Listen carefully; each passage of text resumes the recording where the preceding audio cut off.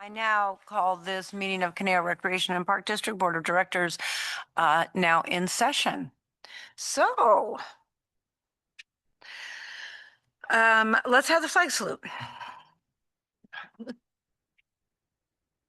I'm having to take a minute to get my bearings here. I pledge allegiance to the flag of the United States of America and to the republic for which it stands, one nation, under God, indivisible, with liberty and justice for all. Thank you. Roll call. Director Cussworth, Here. Director Buss, Director Huffer, Yes. Director Nichols, Yes. Director Roscoe. Yes. And it looks like we have some special presentations today. So let's go ahead and we'll start with those. And how do we want to do our employee service awards today? 5, we'll go backwards up the list. So we have, you Yeah, want to start start here? with Rochelle. Oh, okay.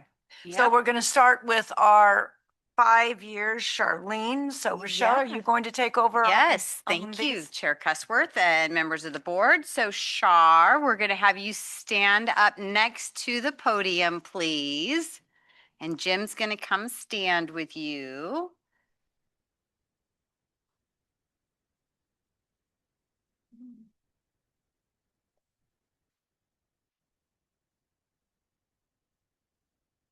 And all right, so I am proud to present Charlene Morla Garcia tonight to celebrate 5 years with CRPD. Charlene joined CRPD in 2021, and from the very beginning, she brought not just talent, but heart. In fact, when we hired her, she had just finished radiation treatment and was already a cancer survivor, which says everything about her strength, resilience, and determination. Charlene is all about community. Outside of work, she volunteers at her church, serves as the executive director of the Filipino American Council of Ventura County, is co-founder of the Cool Kids, supports Relay for Life, and was the 2024 Woman of the Year for Assembly Member District 38. Her passion for bringing people together isn't just something she does at work. It's who she is. Charlene is incredibly creative, which should come as no surprise with her degree in graphic design. Over the last 5 years, she has completely elevated the visual identity and voice of CRPD. She led the logo refresh, built a full branding style guide for the district, revamped all marketing materials, and guided a full website redesign. Her work is thoughtful, cohesive, and always reflects the heart of our organization. And let's talk about the quality of work. Charlene sets the bar very high. She produces a 40-page program guide 5 times a year and manages all social media platforms. She has greatly increased online engagement over the past 5 years. Charlene is also the point person for all public registration questions, which is a lot. If you've ever thought, wow, that was hardly handled smoothly, there's a very good chance Charlene was behind it. One of her proudest accomplishments here was the 60th anniversary campaign. She also played a key role in major efforts like the Revenue Measure campaign, staff recruitment campaign, and the hiring expansion of the marketing department. All of her hard work will strengthen the district for years to come. But beyond the accomplishments, what truly sets Charlene apart is her integrity and spirit. Staff consistently share the same things about her. She brings positivity, energy, and spunk to the team. She is always willing to help. She's a great listener. She never says no. Sometimes she should. No matter how wild the idea might be, she does it all with kindness, professionalism, and a genuine respect for everyone she works with. And yes, she's also a lot of fun. Charlene brings laughter into the workplace, warmth into every conversation, and joy into the process of doing really meaningful work. Outside of CRPD, she's a proud wife of Keith, who's in the audience, a devoted mom to Haley, Adam, and Caleb, and daughter to Jenny. Her mom is in the audience too. Recently, she enjoyed traveling to London with Keith and Caleb to visit Haley while she studied abroad. Another reminder that family and life experience matter just as much to her as her work. Charlene, your impact on CRPD over the past 5 years has been profound. You've helped shape who we are, how we connect with our community, and how we present ourselves to the world. We are better because of you. Thank you for your creativity, your integrity, and your incredible work ethic and the joy you bring to our team every day. Congratulations on your 5 years, and I hope there's many more.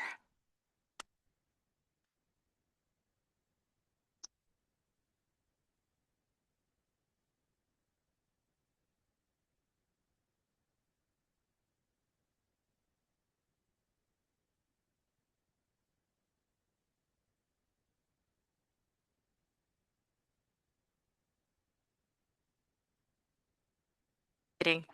All right. I have a few words to say.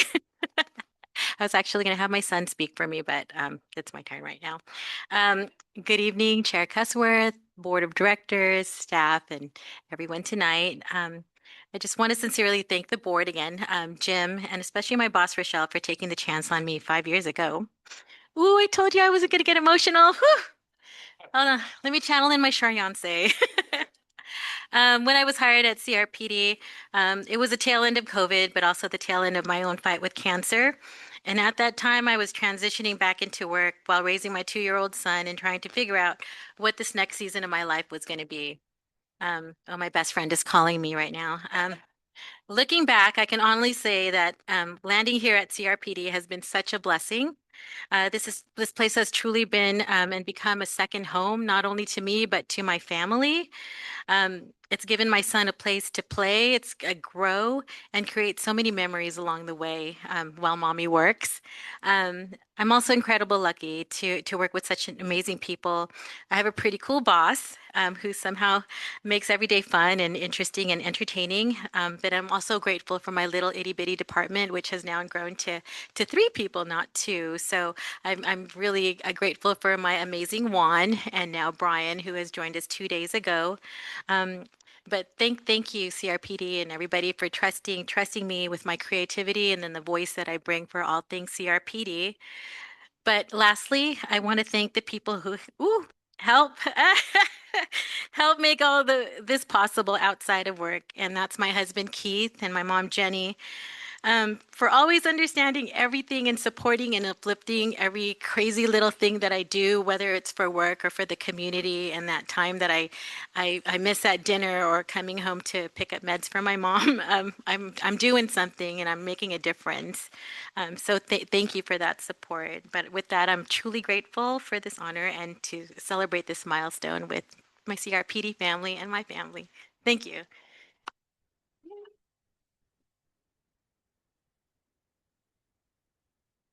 And Shar is our only 5-year recipient. So anyone who's been here more than 5 years already has one of these. So you are getting what will hopefully be a large stack of glass blocks over your long career, and you get one of these as well. So I don't know. I treat my husband like he. There you go. All good. Actually, can I take it with that Chariance sign? Let's go. Thank you. You guys like spell my name right and everything. You get the free.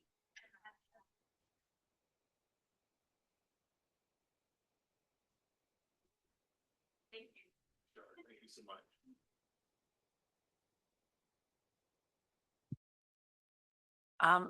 So I see the next person is Mrs. Callis. So come on up.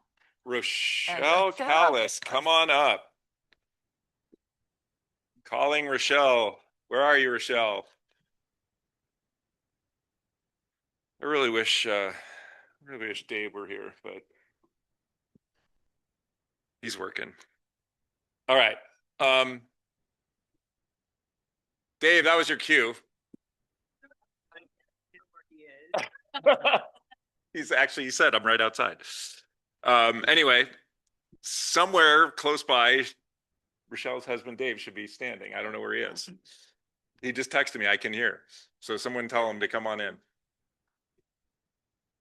All right. Thank you. Okay. Thank you. Yeah, no, I wasn't kidding. All right. Rochelle. Rochelle has been here 10 years, and her husband Dave and daughters Gabby and Mackenzie. Actually, only Mackenzie is here. Are recent college grads, and they're out adulting right now. And they also have a couple dogs, Baron and Penny.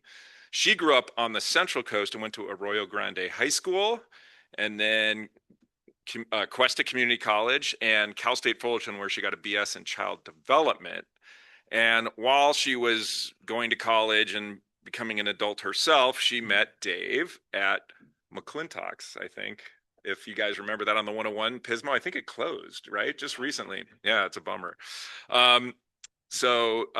She worked at various YMCAs over the next 17 years, starting with the Tustin Y in Orange County, and she ultimately became responsible for 90 programs at 11 different facilities. And then she moved back to the Central Coast to work as the regional vice president for the Central Coast Y in San Benito County and Watsonville. So in 2013, she came down here to the Conejo to join the Southeast Ventura County YMCA and worked as the executive director of our very own Conejo Y.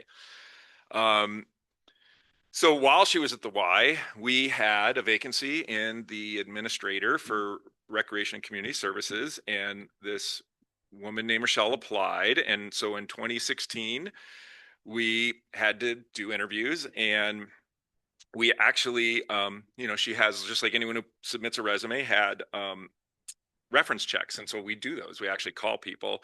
And I have no idea if HR would allow me to do this, but I'm going to actually say what people said when we checked references. So Sharon Gish, who is the CEO of the Central Coast Y, said, "She's just great. She works hard and goes above and beyond." A board member of our own Conejo Y, Joel Price, said, "She's very capable. She has very high character. She rolls with the punches and adapts easily." And then a good friend of mine who passed away some time ago, Roger Lazar, for those of you who know Roger, he was the chair of the Y, I think, at the time. "Best Y director I've ever worked with. I love her like a daughter. I'd like to say something negative about her just to keep her." I know I'm getting choked up. I'm getting choked up just because of Roger and he's saying those stuff. And also this, I love this. Roger also told me, these are all scribbles I had on a notepad that I still have in a file. Her husband is a good guy. Anyway, so we hired her. So today, Rochelle surrounds herself with exceptional professionals, meaning she hires really good people. She's engaged with the community, working and volunteering, spending several terms as the president of the Conejo Las Virgenes Future Foundation.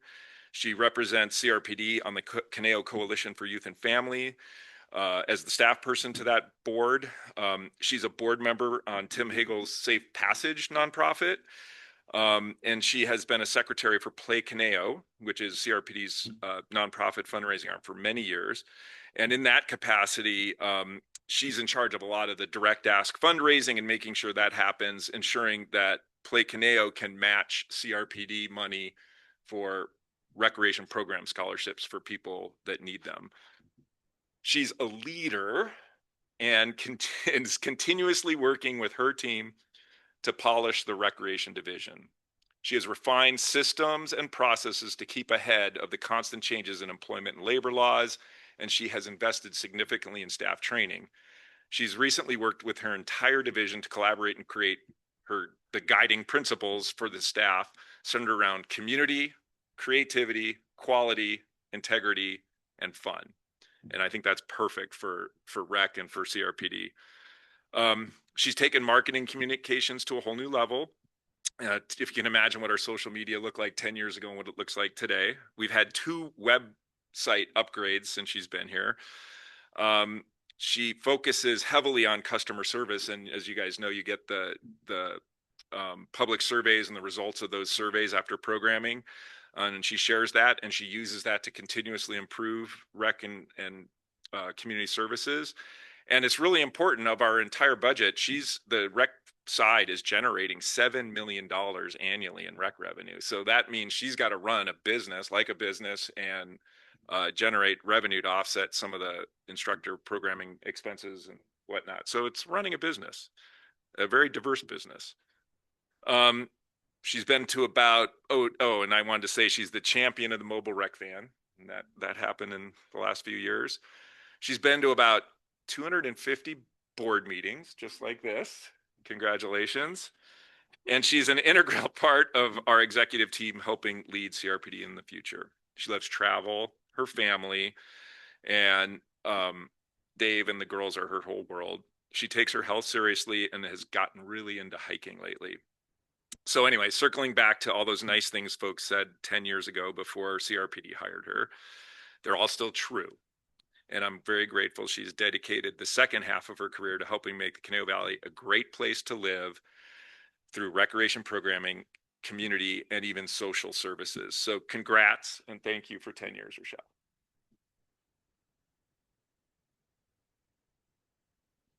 Thanks for being there. So good thing I wrote something down, so I'll keep this short, but I will have to say that I didn't think that was going to get pulled off today because someone was supposed to be in Huntington Beach and people were working and stuff. So you got me on that one. And thank you for showing up, family. Thank you, Jim and the board, for the recognition tonight. I have to tell you that I love my job. I'm going to cry. Stupid. Growing up, I always knew that I wanted to make a difference in the lives of youth and families. And being part of CRPD, I have the privilege of working alongside so many who care about our community. I know that every day we are providing programs with a purpose and building relationships that matter. I am so proud of the program quality that all of our staff provide and believe that our community knows we are here for them.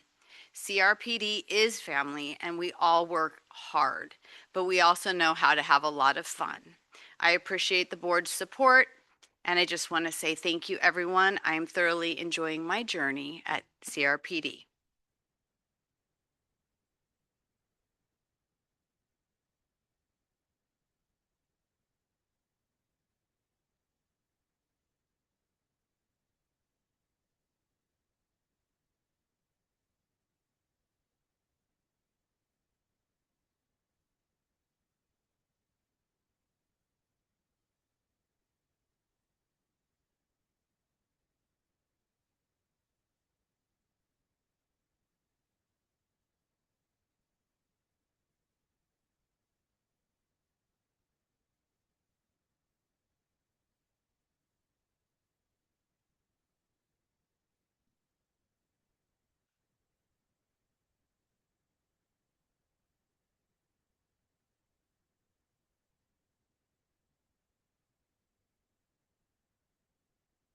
So if Jesse Hare can join us at the podium.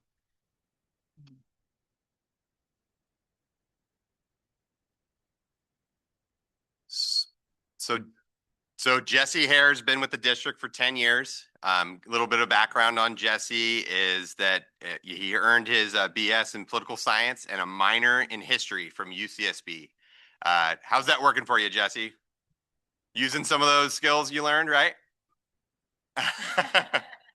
So Jesse started as a part-time worker with grounds with us. He became a full-time worker as a grounds worker 1, grounds worker 2, grounds worker 3. I'm going to keep going. A crew leader, and this past year he became a supervisor. So in 10 years, he's basically worked through the whole grounds department. So that's something that's pretty special about Jesse. Very hard worker. He has a lot of experience, but he's also willing to learn new roles, take on new opportunities. And so that says a lot about Jesse and just his ethic, his work ethic and what he brings to the team for us. He's currently the project contract supervisor. So he oversees 3 full-time staff members, our special team, our spray technician, our irrigation technician, and our equipment operator. But then he also has a pretty unique role where he gets to go to nearly every single property on a routine basis. So he's managing contracts for us and special projects. So the contracts like our grounds contract. So that's the folks that come in, mow, edge, and blow. And then also we have full contract parks that he's overseeing. So he's working closely with that team, but then also he oversees our custodial. So all of the centers, when everyone goes home, the community is enjoying the buildings that we're in. Well, Jesse's overseeing the contract that makes that clean and nice in the morning, trash cans emptied, toilets and restrooms and sinks all dialed in, right, for the next day. So he manages a lot. He also does our special projects. So he's got concrete, he's got parking lot resurfacing, he has fencing projects. So, and all that adds up to a lot of time, a lot of energy, but a lot of specialty skill and management of those trades, those aspects of what he provides for the district. As I mentioned, he's got great working knowledge of the park system, whether it be irrigation or specific user groups needs at a park, or just understanding who's the proper staff contact of what's going on. So for certain events, but also seasonally. So Jesse brings a great attitude every day. I think from day one, since I met him, he's always, hey, how can I help? And that's continued through every role that he's had with us, and just an ultimate good team player for us, always willing to help. He's, again, professionally grown quite a bit, coming in as a part-time worker all the way up to supervisor. And just, it's definitely helped him learn a vast amount of the operational knowledge and what we provide through our grounds department for the community. And on a personal side, Jesse is a local product. So he grew up here, went to school here. Newbury Park High School grad, as well as a couple other schools, but go Panthers. He's married to Allison and has two sons, Calvin and Clayton. Unfortunately, they're busy. They're doing sports right now. So there's two games at Triumpho, and where was the other park? And Dos Vientos right now. So mom's kind of splitting duty, making sure the boys are playing games. But last time Jesse did his award 5 years ago, he actually zoomed in via phone because he is involved. He is an involved member of the community. Whether he's volunteering as a coach or just volunteering, helping out the team. But he was at one of the boys' practices or games. I don't know which one of his games. And so that's how dedicated he's to his family, but also dedicated to CRPD. So again, just really good coach, really good volunteer with all the different activities. Baseball is the current season, but basketball is also in their lives quite a bit. So he gets to enjoy that. Huge sports fan. He loves sports. Dodger fan, Laker fan, also a Buffalo Bills fan. So he can't win all the time. So that's why he has to root for the Bills occasionally. But no, Jesse's great to work with. I've had an opportunity to work with him when he's been designated at certain sites, and then now being a part of the supervisor team, I get to see him more often. So really good to work with you, Jesse, and appreciate your 10 years of service with the district.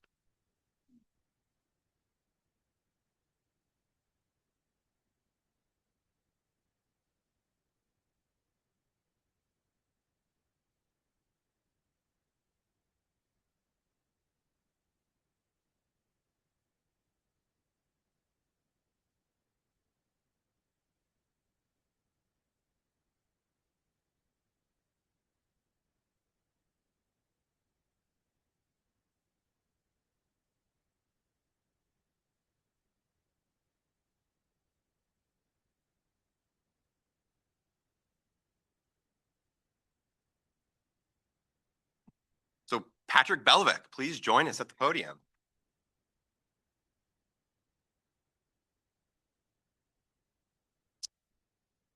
So Patrick Belovic is our park superintendent. He's been with us for 10 years. For about 9 years, he was the ground supervisor for the West Side. So he oversaw the 2 crews and fleet over at Borchard Shop at Borchard Community Park. He earned a degree, a little background with him. He earned a degree at Cal Poly Pomona with a concentration in turfgrass management, an environmental hort degree with the emphasis in turfgrass. How's that working for you, Patrick? I don't even know what I said. Did I say it wrong? Oh, my bad. So came to the district from the golf course maintenance world. He started as a ground supervisor. As I mentioned, last year he was promoted to park superintendent. I was actually on one of the panels, the initial panel that the first round we do. I was here for about 2 or 3 months as a park planner at the time. I got hired in August. Patrick got hired in September. So me and Patrick have grown up with the district. We've worked really closely together over the years, as well as the other supervisors that I'm speaking about tonight. So again, Patrick has always shown to be a great teammate. during his time as supervisor and as park superintendent. So he's definitely embraced his role. You know, he oversees 5 supervisors and a total staff of about 50 people on a daily basis. So if there's an issue in open space, if there's an issue at a building, if there's an issue at a sports field or playground, Patrick will either be, you know, kind of dispatched, figuring out the issue, working through it, or directing staff to say, hey, we need to take care of this. This is an issue in the park. So he's very involved in the work that he does. He does a great job of splitting his time between the office with the fun paperwork, emails, and phone calls to getting out in the field and doing what he loves best, taking care of the parks out in the field. So great knowledge and skill with his turf management background, but then just overall park maintenance. He's definitely has grown over the years in understanding how we do things as a district and a culture, but then just establishing himself again as a leader of that team. Excellent people skills, whether it's staff, nice park patrons, sometimes not so nice park patrons, people that aren't happy with things, contractors, other agency reps and everything. He does a great job. He's a very good people person, understands how to listen and work through issues that arise on a daily basis. And that's something that Jim and I really appreciate, because then he's helping dissipate issues that come up and handling things as they arise, so then they don't necessarily go up into our offices, and so we can concentrate on what we do. So we really appreciate Patrick's work on that. He's very well respected by his supervisor team and other staff. As I mentioned, he was working out in the field. He understands his crews. He knows the teams, and so he's definitely established himself not just with the management team, but also with the field staff. Again, he's fit really well in the supervisor room, and he's doing a great job in his new role. From a personal side, he grew up in SoCal, currently lives in Simi Valley. He's married to Rachel. Rachel's here. And 2 sons, Cole and Weston. Weston's here, but Cole's out of area with school. But enjoys traveling with friends. He just doesn't know turf. He loves turf. What does he do on the weekends? He golfs. And I would definitely not bet him on the golf course, because he would probably beat you. I don't know what his handicap is now, but he was a scratch golfer at one point. So, but doing really well. Just enjoying family and enjoying the golf course. But he also loves to travel. One of the things that he does do, he likes to travel to go golf. So he does see some amazing golf courses, and that's domestically. He was in South Carolina a few weeks ago. Obviously, California's got some great courses too, but then internationally, he's traveled and been able to play some pretty cool courses. He also loves food. So that's something that I've kind of really learned like the past couple years, that he really loves food. But he has his own vegetable garden. So he grows his own stuff. He loves to cook it, but he loves to eat it, but good for me and others, he loves to share it too. So he does bring stuff in, whether it's for his team, whether it's just for the office, but I know his family appreciates a really nice meal from Patrick after a long trip or a long week. So he's also a huge Angels fan. So go Angels. Good for you, Patrick. Which shows his dedication, right? So Patrick, when is the last time the Angels won a playoff game? When is the last time the Angels won a playoff game? Good job. Yeah, October 22nd, 2009 is the last time the Angels won a game. So, hey, good for you that you're sticking with your team. And but yeah, good stuff. We really appreciate Patrick.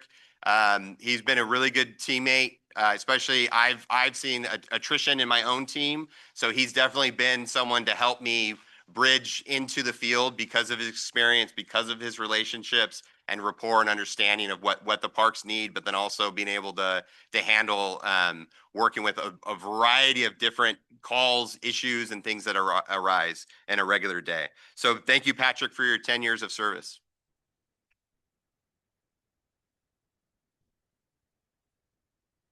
Andrew, thanks for the acknowledgement. That means a lot to me, and thanks for trusting me to get the position I did this last year. I feel very lucky to be with CRPD and for you guys to be able to offer these kinds of opportunities for growth. And I've translated that into how my staff goes through the process and learns everything they should know to get to the next level. So really cool. To be honest, I wouldn't be here without my lovely wife, Rachel, because she let me go back to school when I was about 23 years old. And I just knocked out college and wanted a new career, and it brought me all the way to this point in my life. So thank you so much. What else I gotta say? I work with the best staff. Everybody that works for me is amazing. The guys sitting here right now, amazing. I can't say enough. Not just work-wise, but personalities, and we laugh together. It just makes work so fun. I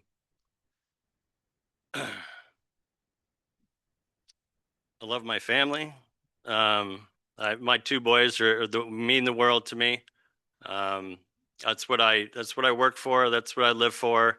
I love going home every day and being able to see them and live life with my family. So again, thanks to CRPD for allowing me to be in this position.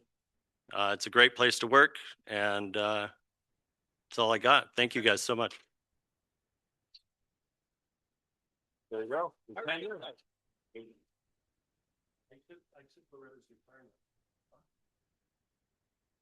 Ten and a half years.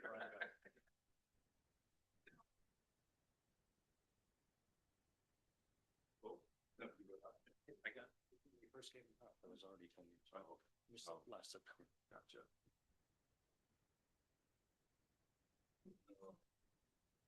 All right, Michael, your turn.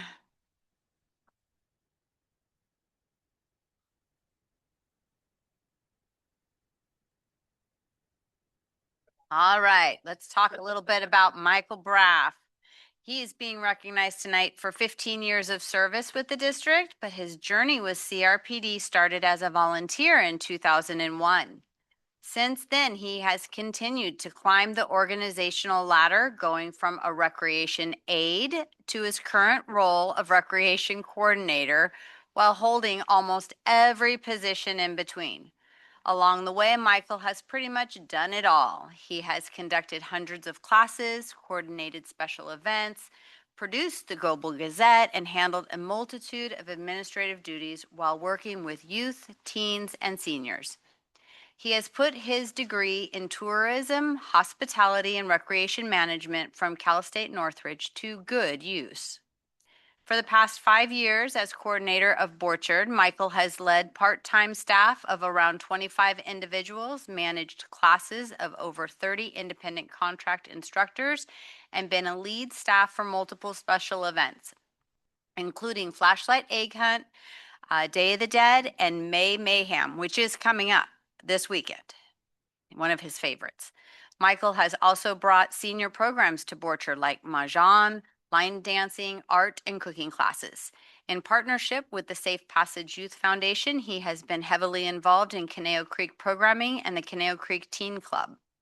Michael recently coordinated with Art Track to offer Art Wednesday at the Conejo Creek condos and a weekly family-oriented art program for kids and adults that average about 25 participants each week. Michael has a tremendous drive, a hunger for growth, and team-first mentality.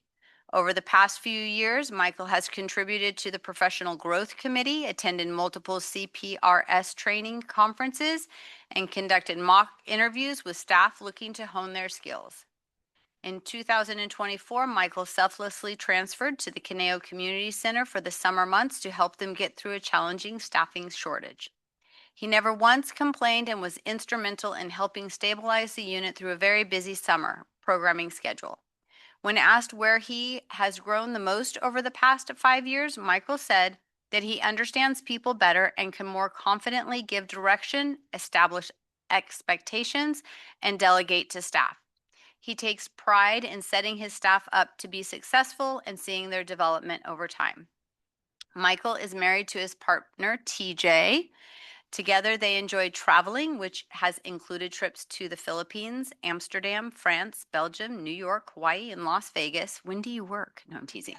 As well as attending multiple musical festivals. Michael likes watching his favorite sports teams. This was hard for me because I don't know them. Tampa Bay, thank you, and Washington Nationals and the Cleveland Cavaliers. He also continues to play in CRPD adult softball and basketball leagues. In addition to his busy work and personal life, Michael is also a caretaker for his mother, which further shows the quality of the person that he is. Coworkers describe Michael as the most loyal, hardworking human I have ever come across, and that it has been a true pleasure to watch him grow into the dedicated professional he is today. Michael, in a word, is dedicated. He consistently demonstrates an exceptional level of commitment in every aspect of his work. He regularly goes above and beyond for patrons, staff, and contractors, always keeping the need of the public and his colleagues in mind. Congratulations, Michael, and thank you so much for all your hard work.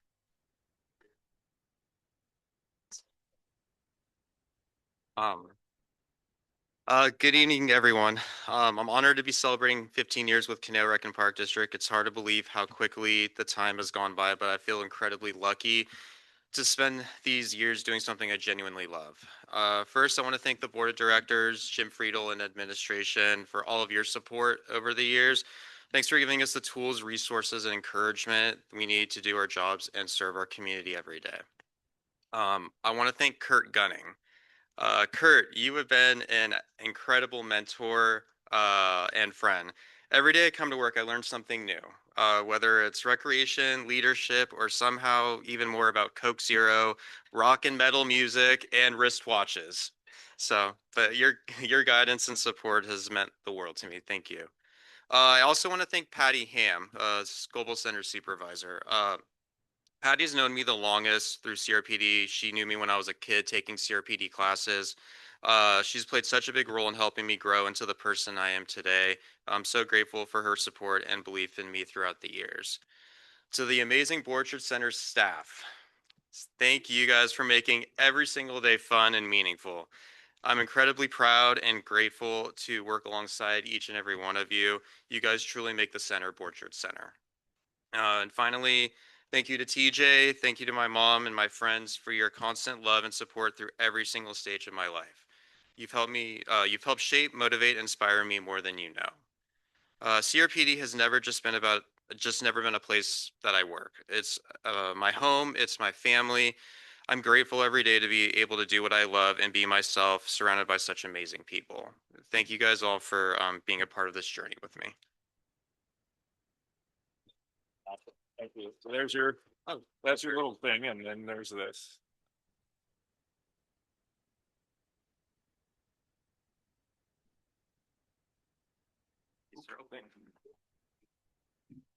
So much. Thank you. Mr. Bob Nunes.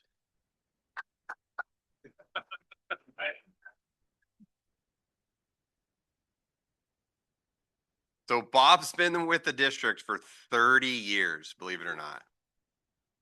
So he started work with us as a very young man of 22 years old. 21, 22, correct? Yep, 22. All right. So he started out, he started as a grounds worker 1, moved up to a grounds worker 2, went to a crew leader. He's been a supervisor for over 18 years now with the district. And so his role at the district is very much deserved through his work ethic, his relationships built with others, his team mentality, and also his expertise. So he's been able to grow professionally over a longer time than most of us combined have been with the district. Actually, between me, Patrick, and Jesse, we're the same time as Bob. So it's pretty amazing. But just vast knowledge, turf maintenance, tree care, all things grounds and really anything construction. You can have a professional conversation with Bob and he can help you. He can give you guidance, suggestions, whatever it might be. And whatever we find in parks, Bob is something to assist us with. So if there's an issue, and this, a lot of people, oh, you're the boss. That's why he listens to you. When I was a supervisor, same level as Bob, whenever I call, and that goes with a lot of the staff, but specifically Bob, hey, I need some help. I need some information. And Bob would either pick up the phone right away or get back to me as soon as he could to help the team, right? So again, just team mentality, be able to help the team. And so Bob has grown with the district quite a bit. He's obviously a leader in the room, but he does like to play a good joke. So Bob does have a lot of fun with his team, his colleagues and counterparts, but also the staff that reports to him. I won't embarrass him with any of his latest pranks or whatever he's doing, but his crews have a good time with it. So he does have a good time with his team, but he also has very high expectations for his team, and that's why really the park system looks the way that it looks. Is individuals such as Bob being able to have those high expectations, be able to provide the properties that we provide for the public. But he does have fun time doing it. So reluctantly, I feel Bob has grown up quite a bit since I've been here, but he is turning into a really great mentor. We've had a lot of attrition. I don't know how many new guys in the past 10 years have come in under you, Bob, but a lot. And it's not so much just people moving on and going, it's retirements, it's just new staff coming in. But Bob takes on that role. He takes it very seriously. He wants to train people up so they can maybe be the next supervisor, maybe be the next crew leader, be the next 3, the next 2. So, and it shows. Yeah, Bob pointing to Jesse right there, because Jesse is a product of the team, but specifically Bob's been involved in a lot of different staff, such as Jesse, working with the district. So it's just really great to see just his team mentality. And I also think that he has respect when it comes in contact, not just with the grounds department, not just, parks and planning, but the ranger unit, the building maintenance, the other divisions like recreation and management services. Bob has the respect of people because he is a resource. He definitely has helped me grow within the district. I definitely don't think with the team that we have now, I would be in a position where I'm at without the fellows I introduced earlier, but specifically with Bob, because I've been able to work with Bob pretty closely over the years. Bob takes great pride in the work he does for CRPD. And he's just really kind of taken on that father mentor role that we need in the room, because Patrick and I can't be at each shop, at each property every day. And it's the supervisor team that helped does that. So Bob, we really appreciate that and that role you've grown into. Personal note, Bob grew up in Ventura. He's married to Katie. He has 2 daughters, Natalie and Riley. They grew up playing sports and softball specifically. So Bob's been really involved in them growing up through sports and his love of sports. He loves lots of stuff: football, baseball, softball, hockey, but especially all the Chicago teams. So, and then one thing again, like as far as being like a sports dad, he's also a dad of 2 daughters. Well, I actually happen to be a dad of 3 daughters. And so Bob's dealing with high schoolers and college age. And I'm dealing with almost high school and elementary age and one TKer still. But Bob's been, hey, he gives me bats, he gives me gloves, he gives me balls. Hey, you should be doing this maybe. Hey, this is a good idea. Gives me tips and tricks and all that type of stuff. So like as Patrick mentioned earlier, we are a work family, if you will, and the team mentality isn't just getting our job done. It's supporting each other, being a part of each other's lives in one way or the other. So really appreciate that with Bob. He also enjoys RV camping with friends and family at the beach, attending live sports and concerts, and just enjoying life and enjoying family and friends. So Bob, really appreciate your 30 years of service to the district. Cool. All right, thank you. Well, thank you, Andrew. With a nice slideshow there. Yep. No. Next kidding. week, we'll get the slideshow going. All right. No, I'd like to thank the board. Thank you guys for all showing up. Appreciate it. Also, I do have something I want to share with you guys. We do have our grounds presentation a little later, but I have a quick little slide and something I'd like to talk about in relation to the 30 years. So right now, just thank you for everything, and we'll get on to our next thing. But thanks again. Okay, cool. You got your 30 years. Dude, you're gonna get 40. No, 40.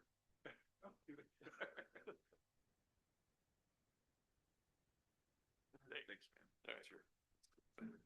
And I believe Craig couldn't make it tonight, so we are Not on finished. Zoom? Okay. Cool. So we're done with service award portion. Well, I'm sure our board members all would like to have some comments. So we start with you, Director Huffer. Thank you very much. Shar, Rochelle, Jesse, Patrick, Bob, thank you so much for what you do for our district, but more importantly, for what you do for our community. It's you folks who are out there day in and day out, very often on weekends, making sure that the parks are in great shape, that the buildings are usable and clean, that if there are concerns from the public out there, that you address them right away. It's you folks that make us look good. It's you folks who are dealing with the public every day and making sure that the Conejo Recreation and Park District is what it has been for more than 60 years. So thank you very much for all of that. And just very briefly, Shar, I was waiting to see how you were going to figure out to do a selfie with your big camera there. I guess that'd be a little bit awkward, but the graphics that you've been doing, I'm amazed it's only been 5 years that you've been here. I thought it's been much longer because the website and I'll admit I don't use social media very often, but when I do go on the social media sites and all of the graphics that we get here on the board have been absolutely spectacular. I was talking to Rochelle just briefly before the meeting, and I guess I'd sort of lost track of time that it's been 10 years. I guess I've been on the board long enough that when she first came on, I was referring to her as the new kid, and she pointed out she's now I don't want to say the old timer, but she's the most experienced of our executive suite. So thank you. And what you've done through your supervision of recreation, particularly through the COVID period back in 2020. I know the financial projections were looking really terrible for 2020, but the creativity that you and your staff exhibited, not only did recreation survive, but they thrived during that time period. And some of the things that you started have continued on since then. So everything you've done for recreation is really appreciated. Jesse, and the work that you do on maintaining our facilities, maintaining the fields is really appreciated. Patrick, I don't think I've ever seen you dressed up quite like that. That's I'm sorry, Patrick. Again, I thought that you had been with us much longer than just the 10 years. What you have added to the district has been absolutely wonderful. I'm sorry, it's Michael, who's our well-dressed representative of the district. I don't get over to Borchard all that often. It's the other part of town from where I live, but whenever I do get there for special events, the 4th of July events, the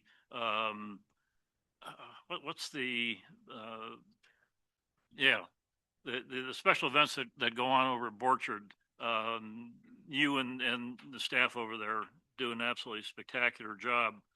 And Bob, 30 years, that's pretty incredible. So thank you for everything. And again, each and every one of you, thank you for what you do for Conejo Recreation and Park District. Thank you, Director Huffer. Director Nichols. Thank you, Madam Chair. I want to start with our grounds team because the way I look at it with our parks, it all starts with the ground. If we don't have a good, solid park system, we can't do what we want to do around here with the recreation and the programming. So Jesse, Patrick, and Robert, I know we're going to have a grounds presentation later, but I wanted to say a few things while we still have friends and family in the group, because there tends to be a mass exodus after these awards are finished. I'm chasing a couple of grandsons playing baseball right now. And then I've got a couple others that play soccer. So I'm constantly on the fields that I raised my kids on. Now the grandkids are out there. And to see the condition of those fields, especially having some memories of 30, 40 years ago and how well they're maintained is just astonishing to me. And yet I continue to hear from the public and even from people out of the park district who are just amazed by how well our grounds are maintained. And I want to make sure that you are aware of that because I've even heard specific names like Bob and Patrick and others where people know you by a first name basis. And they always say how great the working relationship is. Now, I know with our recreations team, a lot of our staff, a lot of our participants might be a one and done, or they do a couple of programs and they like them and they give us some great reports. But with our partner organizations like AYSO and the Little Leagues, they're in and out every year and have been for 20, 30, 40 years. And they still speak very highly of your ground staff. And they always are complimenting me. And I always say, hey, I didn't do a thing out here. I know it looks great. But I just want to thank you for your dedication to make sure that they not only look good, but they look great. It's in the finest details. I was even thinking about this, like the haunted trail I was out there this year. The turf looked amazing. And I know that's a very heavily used turf with all the soccer that we have out there. We were over at the McRae Ranch recently. Everything's looking pristine, the trails, the vegetation, everything. Even going to the adult center, everything looks great. So I just want to thank you guys for obviously the time that you spend, but the way you do it. It's top notch, it's excellence, and it reflects not only in your work, but on the park district as a whole. So thank you to the three of you for making sure that works with yourselves and also your team. I look forward to hearing more of that presentation later. I don't know, I see Charlene, and now Shariance. I wasn't sure if that was a misspelling of Beyonce or what that was. It's been great to see you elevate not only the marketing, but just the park district as a whole. Your creativity shines. I see you popping in about a lot of these special events. There you are with a camera again, just making sure you're capturing those special moments. Thank you for that dedication, and thank you to the family for allowing her to do what she likes. I guess she likes it because she keeps doing it. She keeps coming back. So thank you for that. And then Michael, I didn't realize that, again, you were another early recruit as a volunteer. Where's Michael? Oh, there he is. And again, we kind of captured you early on, which I'm glad to hear because we hear that, more and more about the programs that we have. But then to see how you've continued to expand and, just kind of bringing in your interests, your skill set, and kind of finding new ways to kind of make something old seem new or kind of refresh it. And then coming up with new ideas. So I appreciate that. I'm glad to hear that you want to keep doing that because it's a great opportunity to kind of explore your skills that go beyond maybe what just they're asking you to do. But I'm glad you get the freedom to do that and don't stop. Keep doing that. And then Rochelle, good to see you. We don't see you here very often. Only a couple times a month at most. But the reason I say it is because I see you almost as many places, events, if not more than Shar. I mean, I'm always seeing you at the extravaganza, at the flashlight egg hunt, the haunted trail. I see you there all the time. All the special events. Well, I say all of them. Most of the time when I'm there, I see you there. And I know that's not a requirement for you to be there, but you do that because you like to do it. Dave, thank you for sharing her. Thank you, Gabrielle. Because, oh, darn, okay. I even see you bring your kids with you, make it a family event where they're available. So thank you for that dedication. And I know some of the things with volunteering, even beyond that, is not surprising because they get so many things, whether it's coaching or volunteering with different organizations. It's the people that do a lot always find a way to do a little bit more. And you're a good example of that, not only in your personal life, but in your workaday life, where, like I said, you're not here just 8 to 5, you're in the evenings, weekends. So thank you for that. Appreciate that. But again, congratulations to you all, and to family and friends. Again, thank you for, and even coworkers, thank you for being here to support them. And I know I've heard many times tonight and then elsewhere of how our employees feel like it is a family to work here. We appreciate that. But thank you for coming to support them, and thank you for giving up some of your family time and friendship time to allow them to do what they love to do. So thank you very much. Thank you, Director Nichols and Director Orozco. Thank you, Chair. I'll keep my comments short, but I just want to say, thank you so much to all of you for picking CRPD to be a part of the CRPD family. I know we're really lucky and really blessed to have you, and for you all to share your time and your talents and your work with us. Listening to all the stories, I think that one of the common threads that I picked up on was that each and every one of you go above and beyond, not just in your role, but in the community. Stepping outside of CRPD to continue things like serving on boards and participating in outside activities. I think it speaks to the energy that you all bring to CRPD and why people love CRPD so much. And so thank you so much again. Charlene, I have a question for you. The social media for CRPD is wonderful and amazing. For April Fools, I have to know who who was in the Bigfoot costume. I have to know. It's a mystery. I have some guesses. Thank you again. Well, I just want to say a few of the words that I heard were, I love to work here, a strong work ethic, very dedicated, and I do like the Global Gazette, Michael. I didn't know you started that. So it takes a team. We have a lot of diversity here in CRPD. It takes a lot of people with a lot of different talents, and we definitely appreciate all of you being here. And in addition to what Director Nichols said, I have people tell me all the time, oh, the parks look so beautiful. You do a good job. And I go, I'm out there mowing the lawns every day, which of course will make them laugh. So we do appreciate all the work that you do. And we get a lot of credit for some of that, but we do know where all of the work is coming from. So thank you very much. I think we'll take a little break for some pictures. Sure. Usually. Yep. Yeah.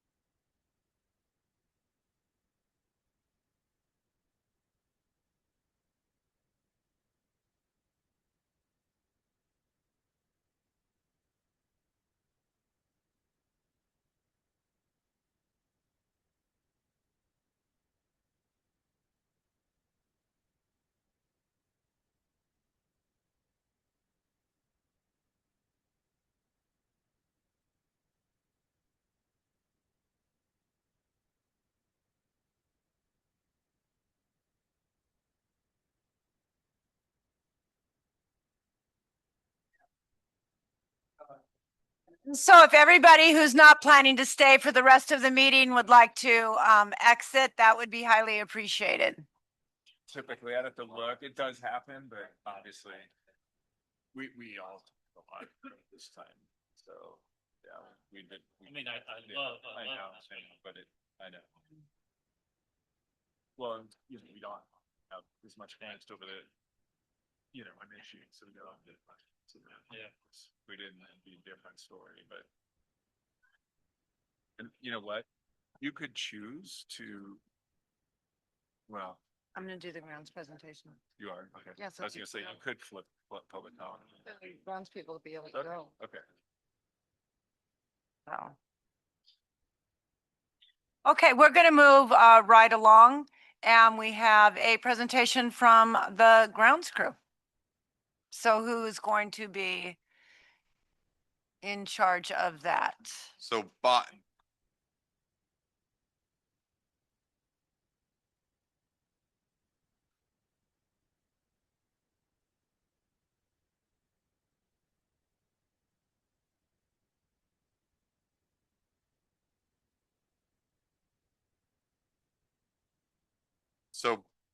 Bob Nunes and Jesse Hare, as well as Mike Byrne, will be doing the grounds presentation tonight. So.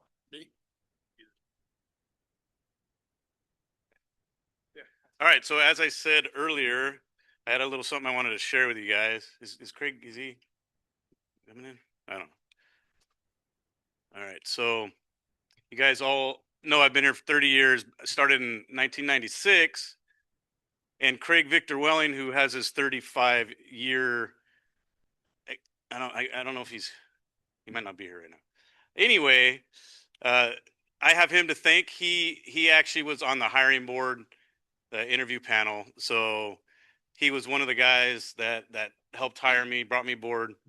And also, you guys see me now, right? You see what I look like? You see, some of you know what Craig looks like. So after 30 years of working here, this is the after, this is the before. So I thought you might enjoy that picture. Yeah. All right, so let's go on to the grounds presentation. So some of you remember or might not remember or recall, but Patrick and myself gave this presentation a few years back. But for those of you who are new or don't remember, we have a new and improved version for you today. So we just want to tell you a little bit about who we are and what we do. So I am the ground supervisor on the east side of the Park District. I'm responsible for everything from Lynn Road to North Ranch and everywhere in between. As you know, I've been here 30 years and I've been a supervisor since 2007. Yeah, thank you, Robert. My name is Mike Byrne. I've been with the district for about 9.5 years now. I am currently the supervisor of grounds, and this past year and the year before that, I was supervisor in the projects and contracts. Jesse Hare, we kind of covered me a little while ago, projects contract supervisor for the last year, 10 years with the district. All right, so who are we? We're a staff of 35 full-time grounds workers. We have 6 to 12 park aides, depending on the season, how busy it is. We have 1 senior fleet technician, 1 fleet technician assistant, a heavy equipment operator, a spray technician, and 1 irrigation technician.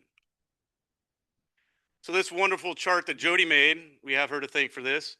You can see the 3 of us at the top are the supervisors in green there, and we have over 85 years of landscape experience between the 3 of us. The 5 guys in purple are our crew leaders. To the right in purple, that is our equipment operator and our technicians. Down below at the bottom, that's our fleet department. And the big mass of orange, that's our groundskeepers. So we have 1 groundskeeper 3, 11 groundskeeper 2s, and 10 groundskeeper 1s. So today we're going to talk about some of what we do. We have, as everyone knows, over 60 plus facilities. We have 47 parks that we maintain, and that's totals 931 acres, over 931 acres. And 609 of those are landscaped acres that we have to maintain. We do not have Hillcrest in these numbers, and we haven't put Jan's Park yet on this. We do have Luis Jimenez to thank for putting this together. It took a lot of work he had to measure each park and get all this figured out. So thank you for that, Luis. We keep parks safe and clean for public use. We're going to talk about inspections. We have park, playground, and irrigation inspections that we do, which create work orders, and we do all the repairs. We do lots of staff trainings. We're going to talk about field refurbishments, how we maintain and improve irrigation systems, how we assist with special events and landscape construction projects. So this is an example of us prepping for an event. So on the right-hand side is an example, pressure washing those tables at Creekside. You guys, they're clean. Well, this takes 2 hours just for one guy to take care of that. On the left, we have Rafa. He's prepping for the Gratitude Circle event.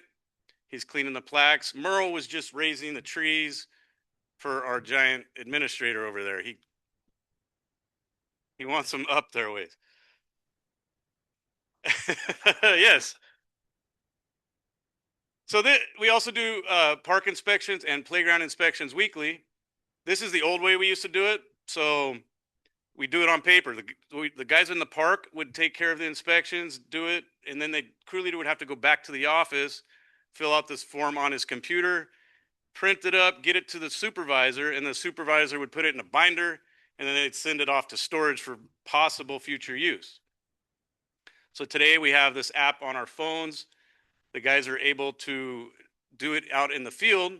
This is the desktop view. What the crew leaders would do is they'd go to the Jobs View tab up there at the top. And the Jobs View tab looks like this. So this is the South crew, as you can see. This is what they see. You see Monday, Tuesday, Wednesday. So those are completed. So as the inspection is completed in real time, they will, it turns green automatically. So we know that they were completed. The Thursday, Friday, you can see some incomplete ones on the inspections, and the work orders still need to be done. So I'm sure all of you did the Capri training that was sent out. So we're all experts at park inspections. These are some things that we do find. On the left is like a chain that's wearing out, needs to be replaced. The sand looks nice and raked out, but we need to add a few inches of sand underneath the swings. We also have like a sprinkler head on the right-hand side is a little bit high and it needs to be lowered. So we also do lots of staff training. This is essential to us. It's ongoing, and we all know Jody Dixon, our real boss. She's the one who's always making sure we're getting our 7-minute trainings done. In addition to that, we send our guys to maintenance management school. So this is a 3-year course. We try to send two guys per year, 2 people per year. The top left picture there is our very own Matt McNay, who's here right here.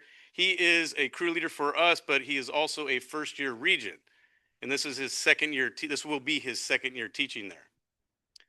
The top middle picture, we do annual safety trainings for pesticides, and Tony Rubalcaba is doing that training. On the top right picture, that is just a typical morning meeting at the shop. And we like to have our new guys do a lot of the trainings. So that is Angel, one of our new groundskeepers, and he's training the staff on how to rebuild a valve, the parts. We also do plant ID, tree ID, backflow, blueprint reading, all sorts of different types of training. So the bottom with the tractor, that is Noah Norup. He's our equipment operator. He is training the guys on how to properly operate a tractor. We have Angel and George there being trained. The bottom right, we also do groundskeeper 2 work days. So this gives the 2s opportunities to lead the crews and manage the jobs and show us like who's stands out. So it gives them the opportunity to prepare for future promotions. We also have 3 certified playground safety inspectors, 5 qualified applicator certificates, and 2 qualified applicator licenses. Is it middle one? Good. The right one? Yep. Okay. So we're going to talk about sports field refurbishments. So as you can imagine, the sports fields that we do have endure a tremendous amount of wear and tear. and it needs time to, we need time to refurbish and get them back to where they used to be. So that requires a lot of time for us. And some of the stuff that we do, some of the tasks that we do are spraying, aerating, dethatching, top dressing, and fertilizing.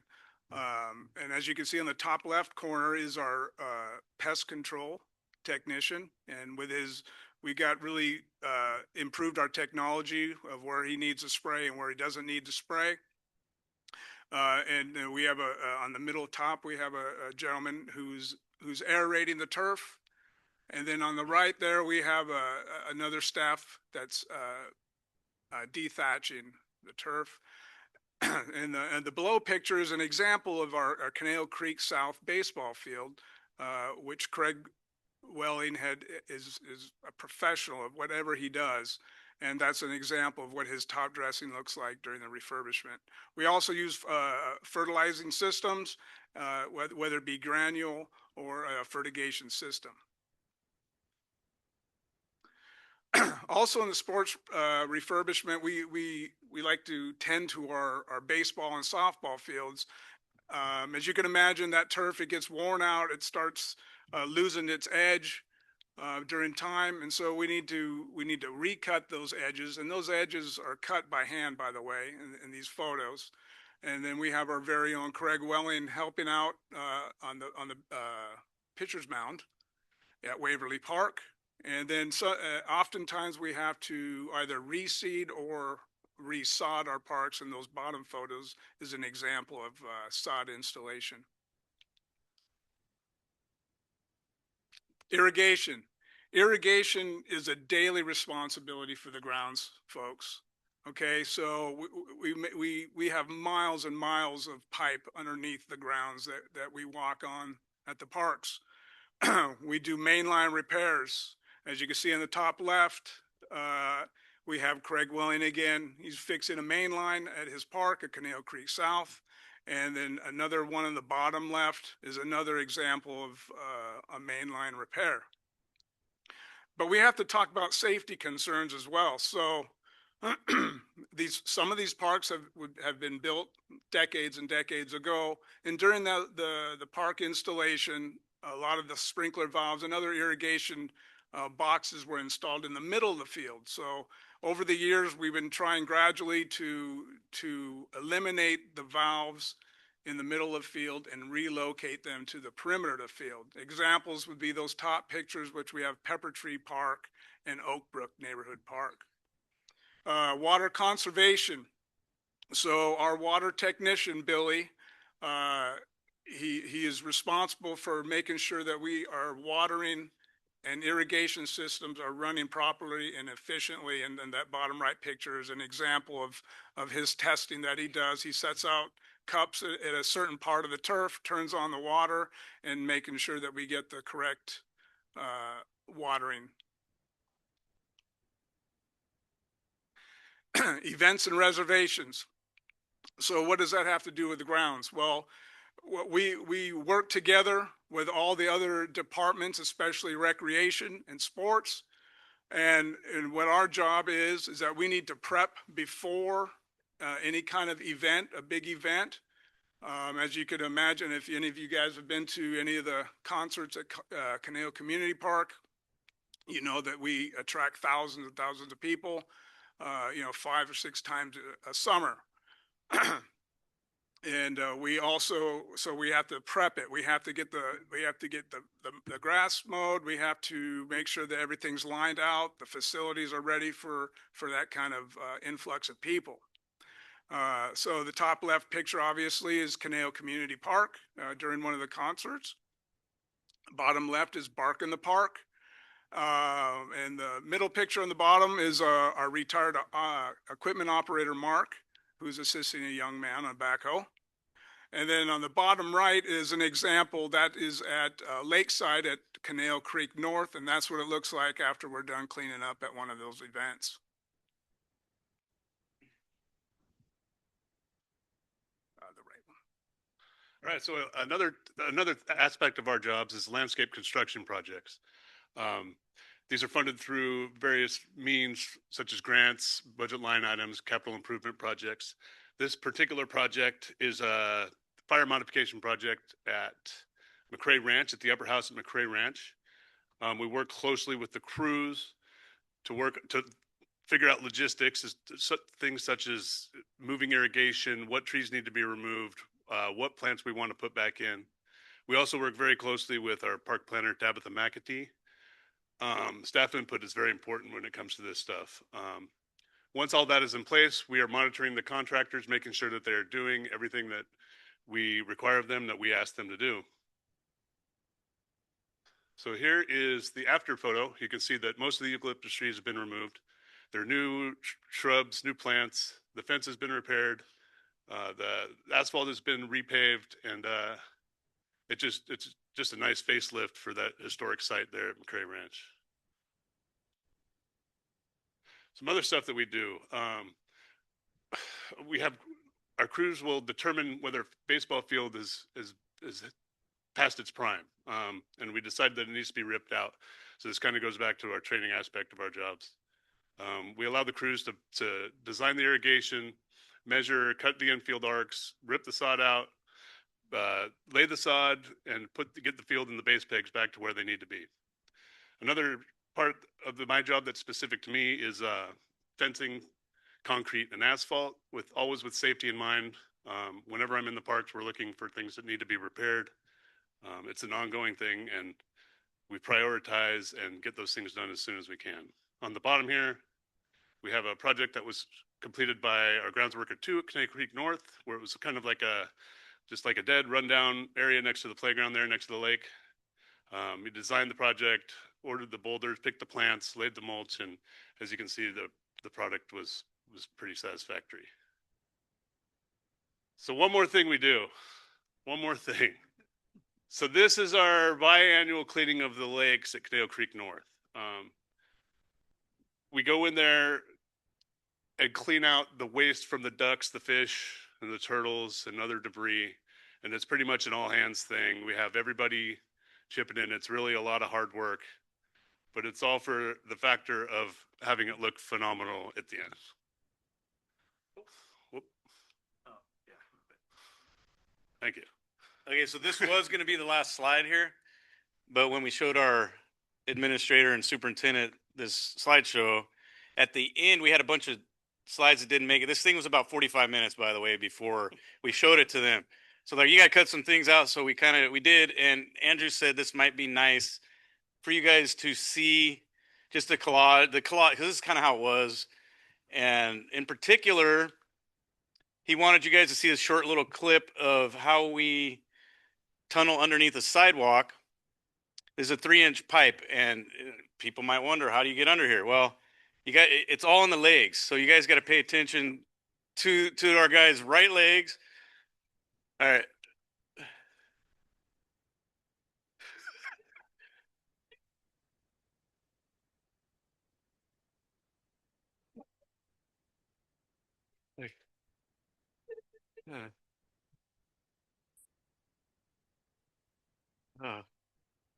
So, yeah. Yeah, so that obviously they were just doing it, and we're like, "What the heck was that?" Like, anyway, really cool. So that's it. You guys have any questions? Yeah.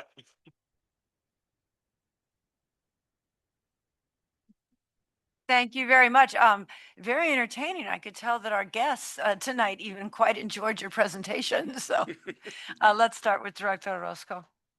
Thank you, Chair, and thank you to the three of you. I really appreciated that. It was really wonderful to see like the behind the scenes. I know we have, a really strong appreciation for the way that our parks and our fields look, but I think that this provided like a renewed appreciation for the work that goes into how you keep them that way.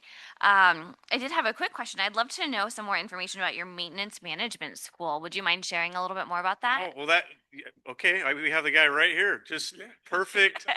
So we have our first year regent can we call you up or? Depends on what the question. Yeah. Matt Monet, everybody. Yeah. Good evening.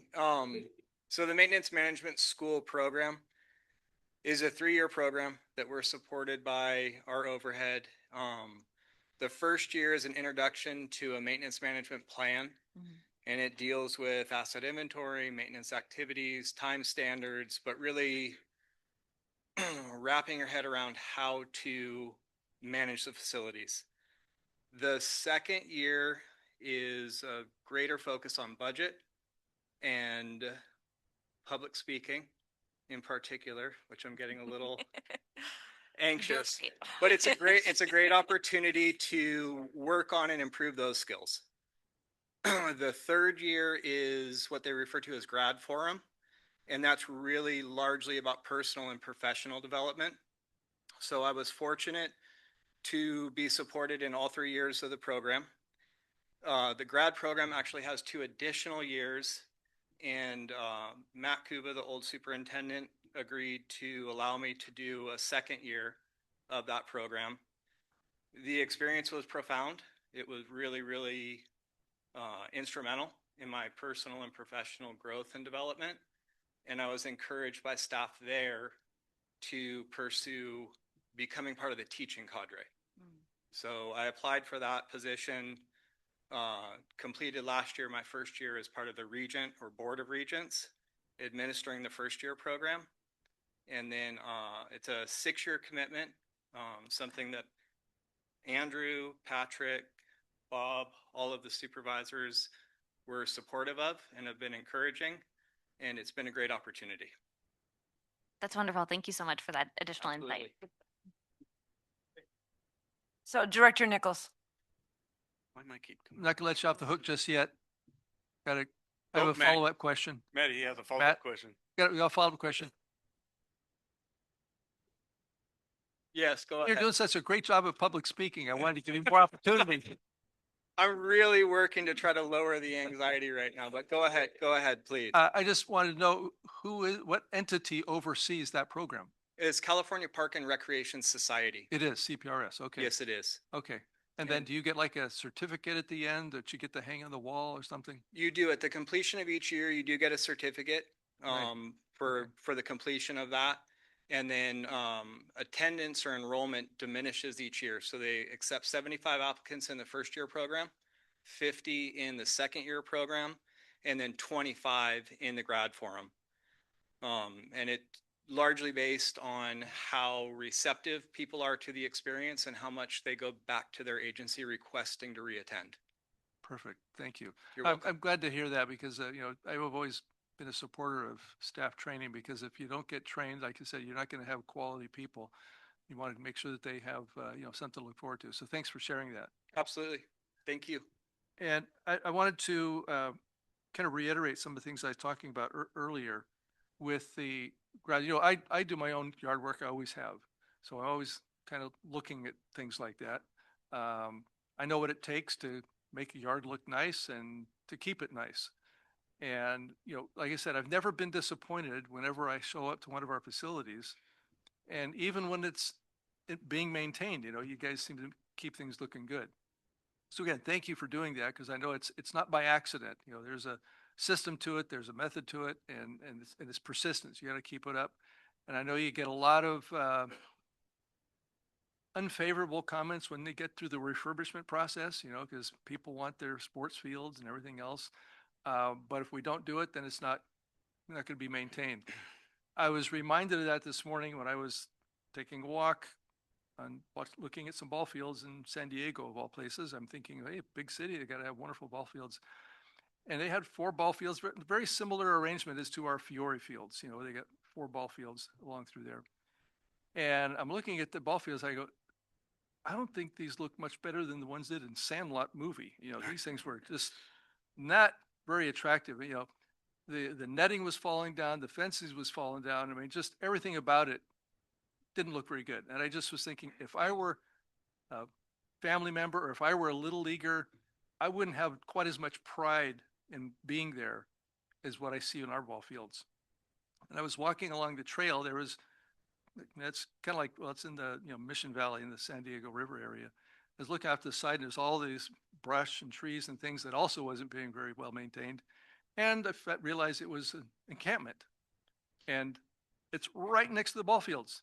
And there's no separation between the two. And I thought, that wouldn't happen in our park district. You know, we would take better care of our kids that way. And I know you guys feel the same way. You know, you all have families, and I think we all have families. So I think it's just a matter of not only that you're just looking at it as a turf or as a facility, that it's for our families, it's for our children to enjoy, and it's, you know, your children, you know, as well. And so I just want to thank you for continuing to make that, because it's a priority. And as I stated, you know, that's kind of a reflection of the park district, and to see the pride that you take in making sure that everything is cared for properly, it reflects well on your work, on you as individuals, you know, your professionalism, and your striving to improve yourself, but also just the park district as a whole. You know, I hear time and again, up and down the state, how people kind of look to Conejo as setting the standard for what parks need to look like. So thank you for doing that. Thank you. And Director Huffer. Well, Director Nichols, you're making me feel really guilty because you say you do all your own yard work, and I don't do a bit of it. So, but what you folks do for our parks, you know, I've been hanging around soccer fields for more than 25 years, primarily Conejo Creek South, but I spent a lot of time at Dos Vientos and at Borchard and at Pepper Tree. And without exception, the way that these facilities are maintained, you know, if I look back to 25 years ago or so when I first started, again, primarily Conejo Creek South, usually by September, October, after the fields have been used, there was nothing but dirt and dust. The fields had just fallen apart. So the way you folks have improved the maintenance, the refurbishment, taking care of the fields, it's improved so dramatically over the last 25 years. Now, of course, not all of you were here for the last 25 years, but it's absolutely incredible. And we do have a lot of people who come from out of town. AYSO puts on a big soccer tournament every March, and we have soccer teams, players, coaches, parents who come from throughout Southern California. And without exception, when they step on our fields, they say, man, I wish we had something like this at our place. Because it's, you know, they may have a little bit of dirt, a little bit of grass, a little bit of this, and a little bit of that, but they absolutely love what we have on our sports fields. And it's not just Conejo Creek South. Again, it's all the fields. When my grandchildren visit from Seattle or from Hawaii, they beg me to take them to the parks because they're so neat. You know, I've had my granddaughter, the oldest grandchild, asked me one time, said, Grandpa, can we have some parks like this where I live? I said, well, I would love to send you folks over there, but I'm not sure the district could afford the transportation costs. But the kids, and it's not just my grandkids, but other grandkids of friends that I have, just absolutely love the playgrounds, the parks, the fields. We're so lucky to have what we have here in our community, because as I go elsewhere, there may be a park here, a park there. Some of them are okay, some of them are not so great. So when I get back home and find that with almost all the people in our community are within walking distance of a really nice park. So thank you to what all of you do to make our facilities so beautiful, so safe, and so wonderful. Thank you. Thank you. Yeah. So I echo everything that our board members have said. I don't think I can top any of these incredible comments, except to thank you again for taking good care of our grounds. And can we give these gentlemen another round of applause? Thank you.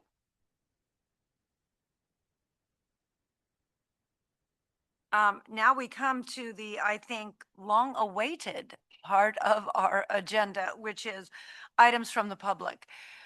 I have over 20 cards here, and we have people online. So, Ask the online people who wish to speak to raise their hands. We Can- have a count, like a number. so can we ask the people who are online, how many of them would like to speak?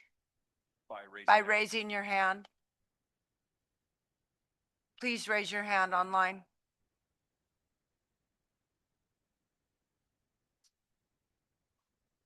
No one? Okay. So we would like you to, hopefully limit your comments to a minute or two because of the amount of people that are here. And if somebody ahead of you has expressed what you want to say, and you feel you don't need to add to that, that would be fine. I want to say something though. We're going to sit up here very stony-faced. We don't respond when we have a lot of these public comments. But I want you to know that we care and we are listening. Because we've had some people who have said, you're just sitting there and you don't care. That's not the case. We just don't get into a dialogue. So we are sitting here and we are listening. Now, and we've been getting your letters and we know that this is something you're all passionate about. Please know I have been with CRPD for about 7.5 years now. And one thing that I have learned is that we do not do anything hastily or quickly. Everything we do is well thought out. We move somewhat slowly and we take a very determined approach. So things do not happen within a few months of when they have been proposed. We like to hear comments from the public. It is our desire to work with the public. So even though we're going to be sitting here like this, we are listening and we care. Okay? So. And as she calls up the speakers, I might just reference you that we have a clock that'll reset every 2 minutes for the speaker, given the number of speakers. So there's a little timer to help you if you're up there. Yes, if you could please, watch that and be respectful of everyone's time. We would like to give everybody a chance to speak. So Steve Woodward. Yes, please.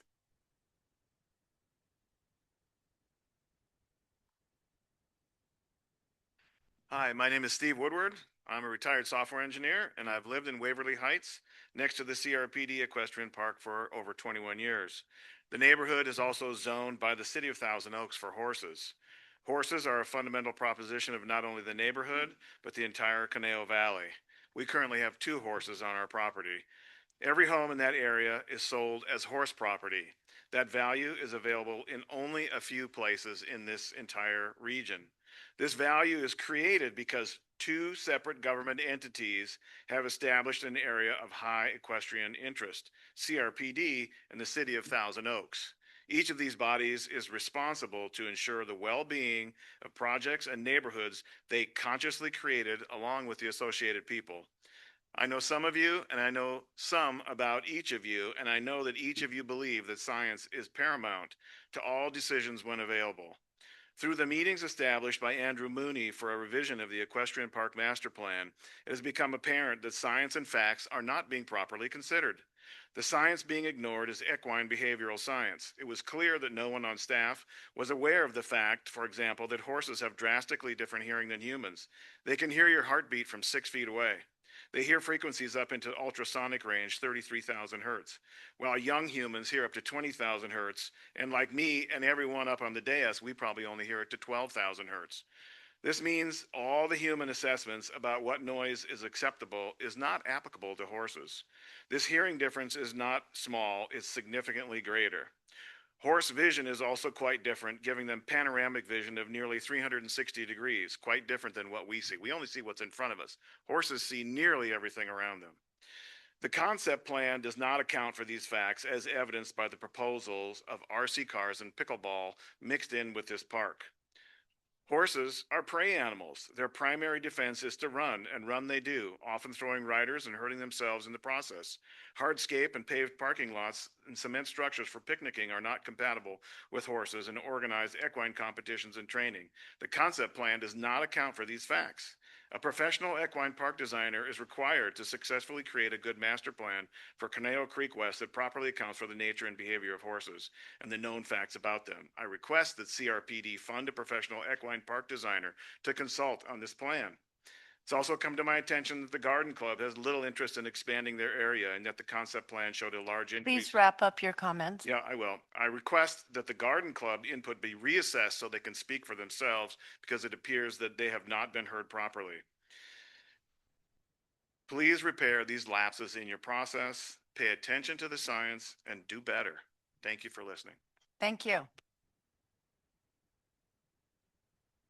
Elizabeth Zernick.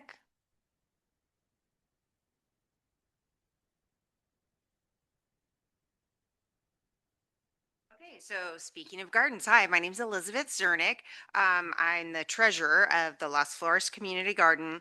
I've lived here in Thousand Oaks for 20 plus years, volunteering at many of the CRPD activities from soccer to the activities. I've worked in environmental business compliance for 20 plus years here also. I've been on the garden board, I've been in the garden for about 5 years and I've been on the board the past 2 years with my colleague here, Joanne, who she's the president. I'm the treasurer, and it's really been a wonderful, peaceful place. I've had some health issues myself and my dad as well. So just hearing the birds around, hearing the horses, the calm nature of the park has been really wonderful for our health.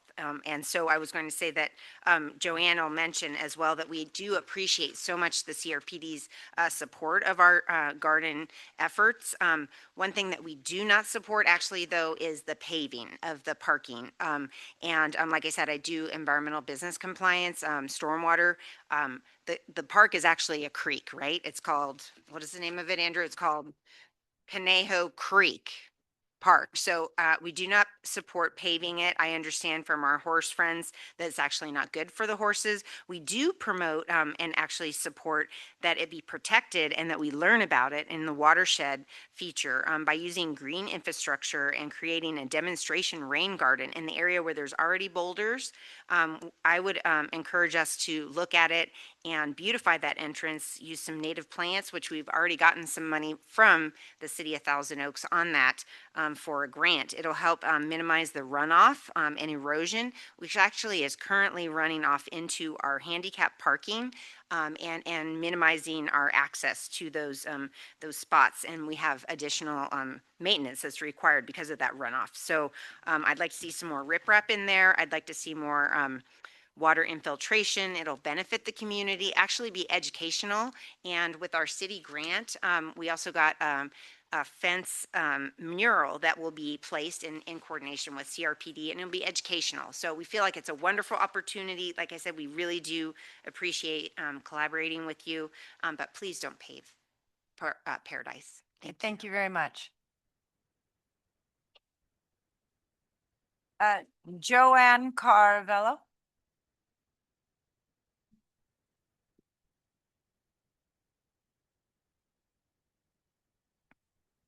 Good evening. Wrong glasses. Actually, those were the right ones. All right, this is going to be something. Thank you and hello, I'm Joanne Carvalho. I'm the board president of the Las Flores Community Garden, and we want to thank you for your CRPD's continued support and our partnership with you for the past 25 plus years. I have to say that CRPD's response time, Bob and his team has been outstanding. Whenever we have an issue, they've been right there to help support us. The mission of the Las Flores Community Garden is to provide a space for our citizens to garden together, to create and to cultivate a place for individuals, families, and friends to learn about and to experience the rewards of organic gardening.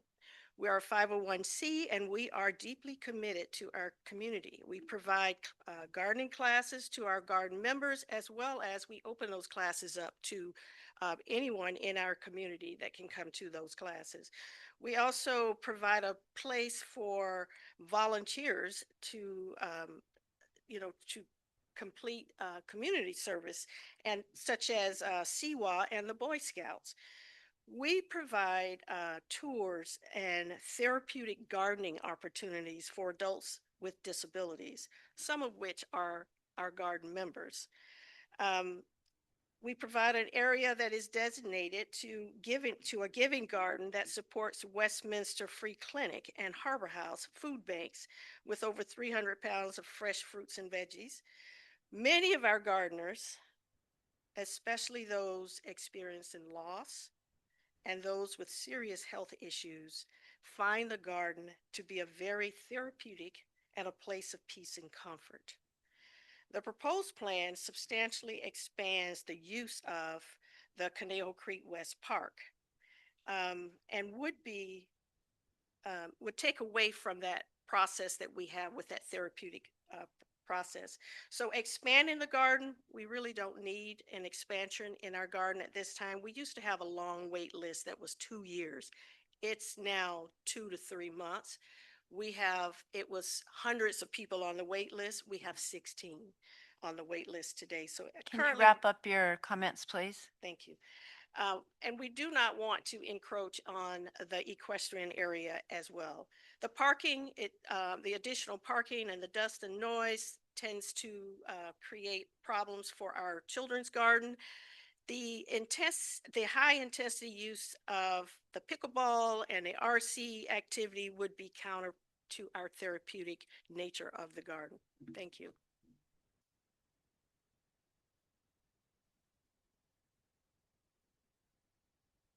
Jerry Azuka?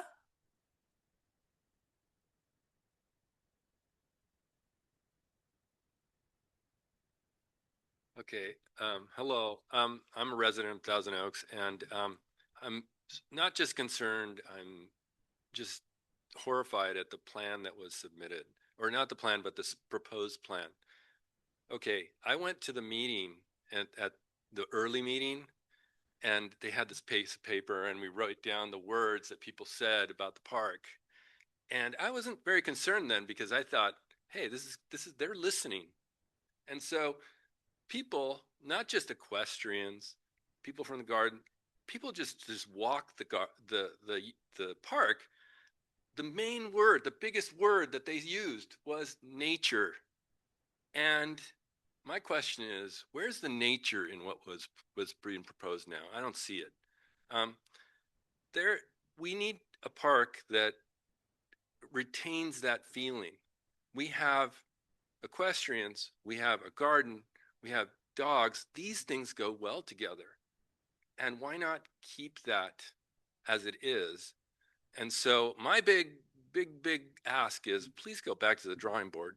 We don't need a party pavilion in the middle of the equestrian area. That just seems not logical. It doesn't seem functional. It seems dangerous also. So the big thing is, and my big concern is, I don't think they're listening.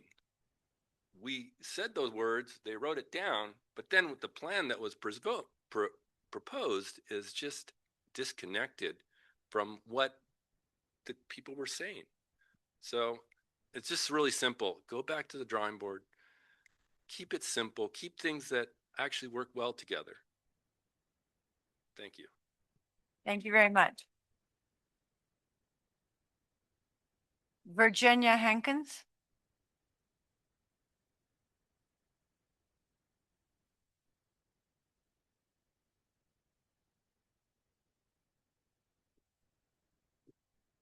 Hi, everyone. Thank you so much for taking the time. To all of you board members, it was really great listening tonight and the incredible service you do in our community.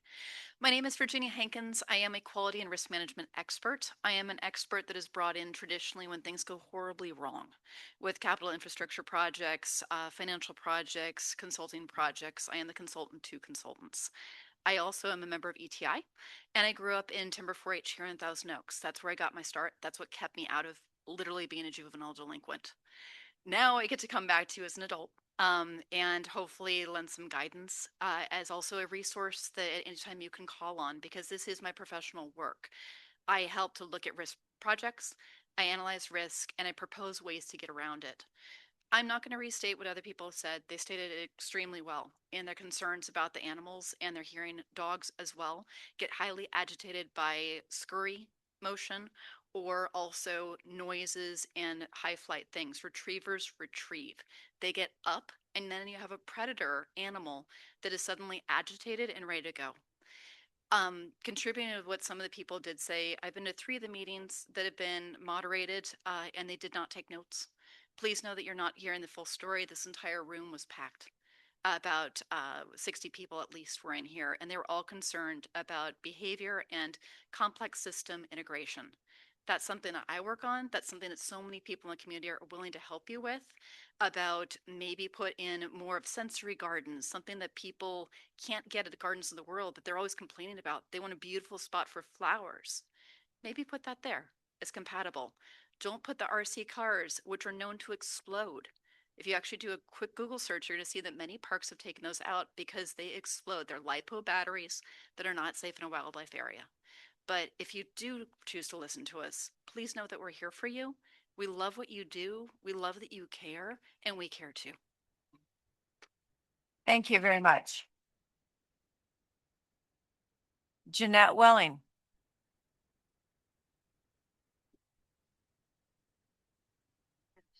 Is Jeanette here? No, it's a statement card. Yeah, not a Oh. speaker, it's statement, yeah. Oh, a statement card. Should I read it? Just Generally- public statement? generally. Public comment. I am opposed to the master plan proposed to include pickleball and RC cars at Conejo Creek Equestrian Park. These activities are incompatible with an equestrian and dog park setting. It is an accident to let this happen. Okay. Tina.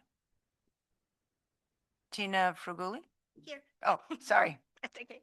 I was hiding back there. Okay. So I'm also here with concerns about the proposed plan. I'd like to ask that you keep Conejo Creek West natural, peaceful, safe for horses and riders. Please only include compatible activities. Do not overcrowd the park. Unfortunately, Sapwe Park is no longer safe for horses. Since it's been redeveloped, we can't ride there anymore. It's not okay. So we need this park. This is what we have left. Nothing against pickleball. I mean, it's probably fun, but it won't be safe for riders to be close by to pickleball. I understand it's difficult to find a place for pickleball. Nobody wants it near them because of the noise pollution. I get that. And we've kind of been brainstorming, like trying to help you guys find a place for it. I don't know if you can put it indoors. I don't know. Seems like there's a lot of room in your parking lot over there. There's no houses around. Just a thought. I'm just brainstorming. And also, I want to say that, let me see. What do I want to say? We don't need turf. We don't need hardscape, all that stuff you were talking about. We just really love dirt. We're cheap and easy. So please keep it peaceful, keep it safe for us, and everyone will be happy. Thank you. Thank you very much. Sharon Henry. Or Henry?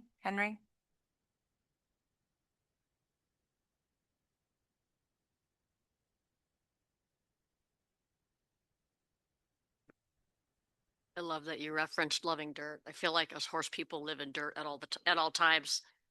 So my name is Sharon Henry, and I am the president of ETI Corral 37 and have been for a long time. I live in the area with all the horses and stuff like that, and have for about 25 years. And I want to just take a little bit of different approach. I had 3 different people that have been a part of the barn eons ago. They're in college or beyond. And so I wanted to read to you, don't have time to read all of them, but I wanted to read to you one of them that has to do with, it's actually my daughter. And so I'm just going to start reading it. It says, "Hi, everyone. My name is Raquel Brusher. I am currently serving on active duty in the United States Navy and have served for the past 17 years. I am unable to attend in person tonight, so this statement is being read on my behalf." She's in Florida, you guys. I've been involved with horses for 27 years and have served on active duty in the Navy for the past 17 years. The horse park was a major part of my life growing up from the time I was 9 until I joined the Navy at 19. And even after being stationed in San Diego for 8 years, I came home almost 3 weekends a month and continued using the park through 2022.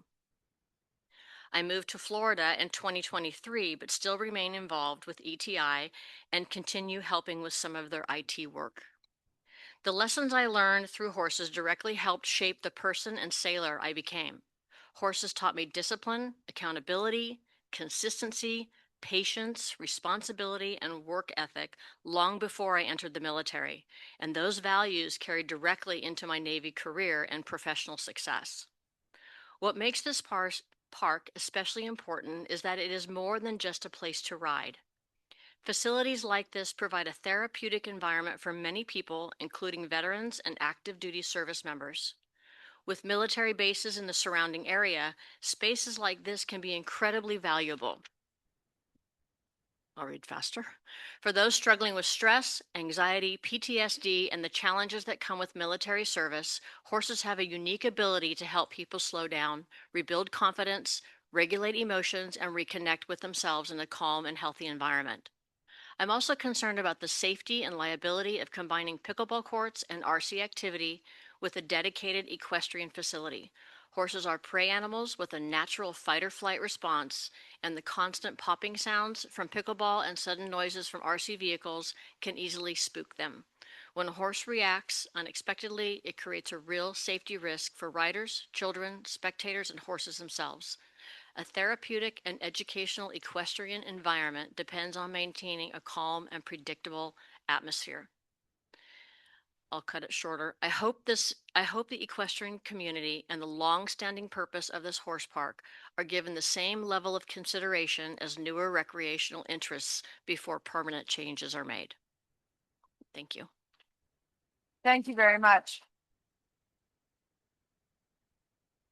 Tyler Lindberg.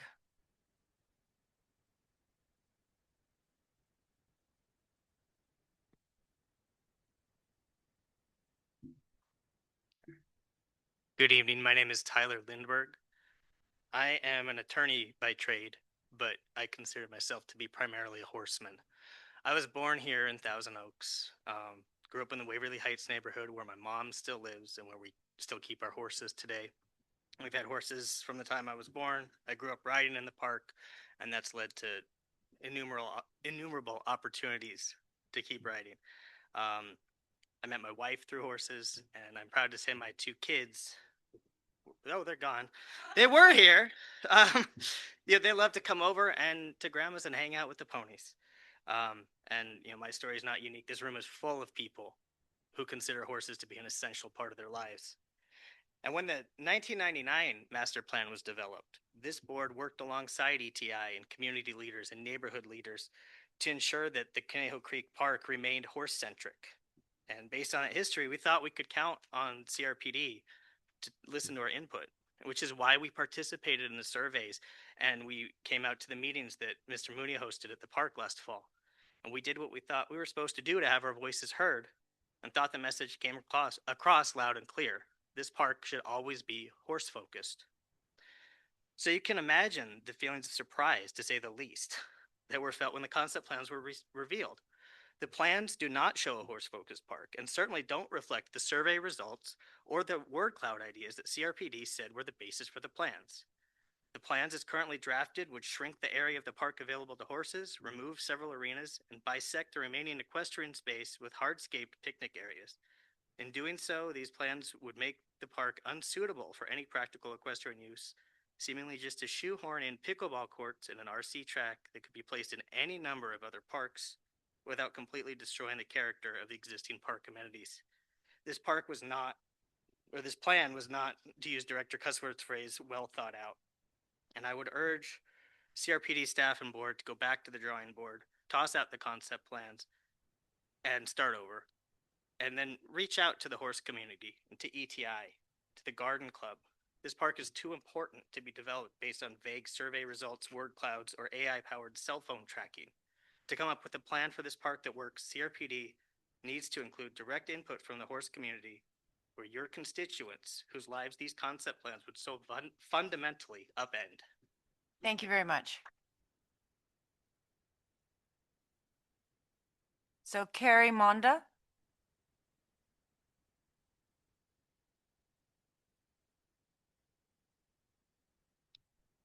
Good evening. My name is Carrie Monda.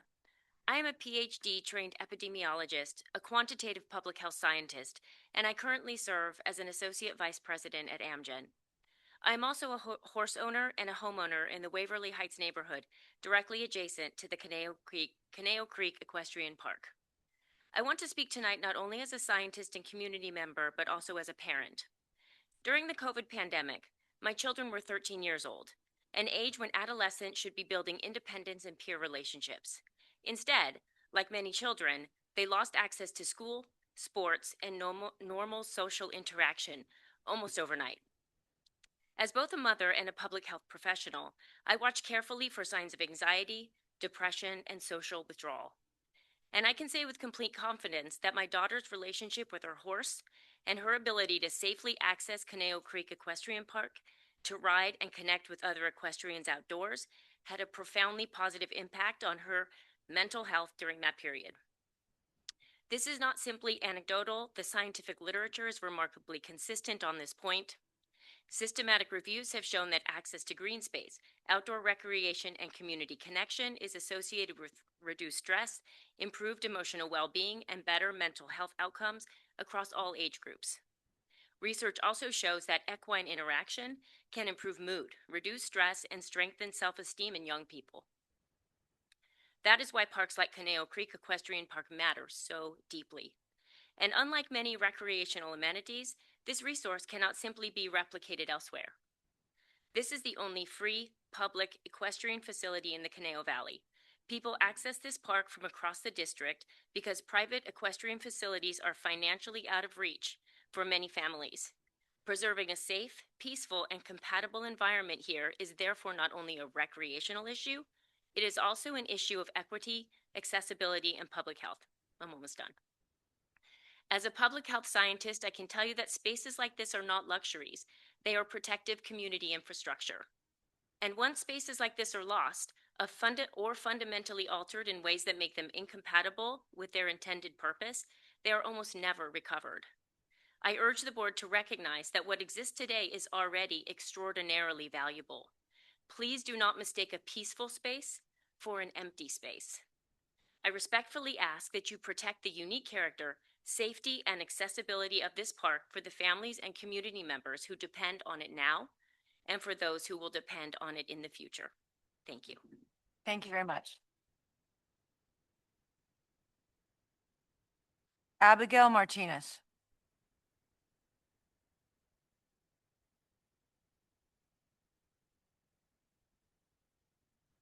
Hello, everybody. As someone else already said, yes, we equestrians like our dirt. I'm still covered in it because I just came from training a handful of clients at the park and elsewhere. Before I say anything else, though, I just want to say thank you because you guys have really done an incredible job with your parks. I grew up in Yosemite area and have been here for about 10 years. I just had my daughter's 5th birthday at Hendricks Park, and it was just incredible. So you guys are doing an amazing job, and thank you for preserving the park this far. There's no other place like it. I have the privilege of training at one of the top Olympic training facilities in Hidden Valley. I like coming to this park more because it reminds me of why we fell in love with horses in the first place. As the former speaker said, the equestrian sports, it's easily becoming very elitist because in order to be able to have access, you have to have a trainer, you have to be at a boarding facility that can cost upwards of $5,000 a month. The people who need it the most are the ones that can only afford a couple $100s a month. And those are the kids in the communities surrounding this park and the kids in the city who can't spend an hour to go drive somewhere else to have access to horses. This park matters, and preserving the entire nature of it should be the top priority. I've shown all over the country, I've shown internationally the number one thing that we look for when we are taking our horses to a facility is the environment. Is it peaceful? Is it safe? Is there space for parking? The current concept plan takes away almost all of the parking space that we would use for trailers. I just went to the ETI show. I have 30 more seconds. Just went to the ETI show. I've been to shows for the past 10 years. I have never seen a show like it where you have 50 kids from the community. These are not kids from wealthy families. These are kids from right down the street from the entire neighborhood. And 50 kids showed up to that park to compete with their entire families, their grandmas and their grandpas, because they could go and show there for less than $100 a day. You don't have that anywhere else in the state. So please take this input and preserve the entire nature of that park. Thank you. Thank you. Janelle?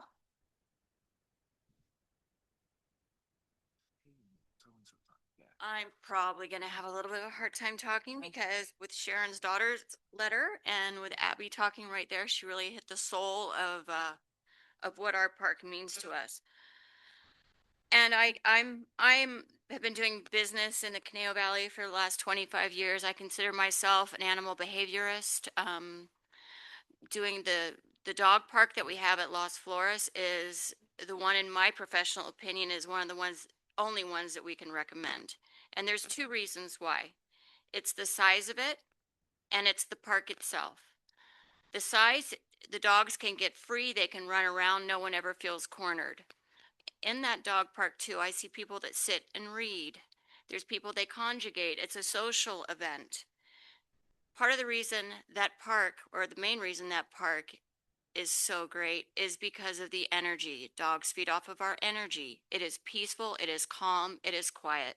The moment you add more popping noises to that, it's going to change the whole way that dog park is. And it would be a shame to let it go. The other point I wanted to make is I feel Thousand Oaks, the basis of our whole community is our history. That it started with the Jans family, and they were cattle ranchers. Having an equestrian heartbeat to your city is what raises our kids to become responsible, independent, and great, as you're hearing. Keeping the park natural, having our red hawks there still, our owls. I mean, we've had what, 7 snake bites in Conejo Valley in the last 6 weeks. I mean, we don't want to get rid of the red hawks, but doing your plan will get rid of those red hawks. Thank you for your time.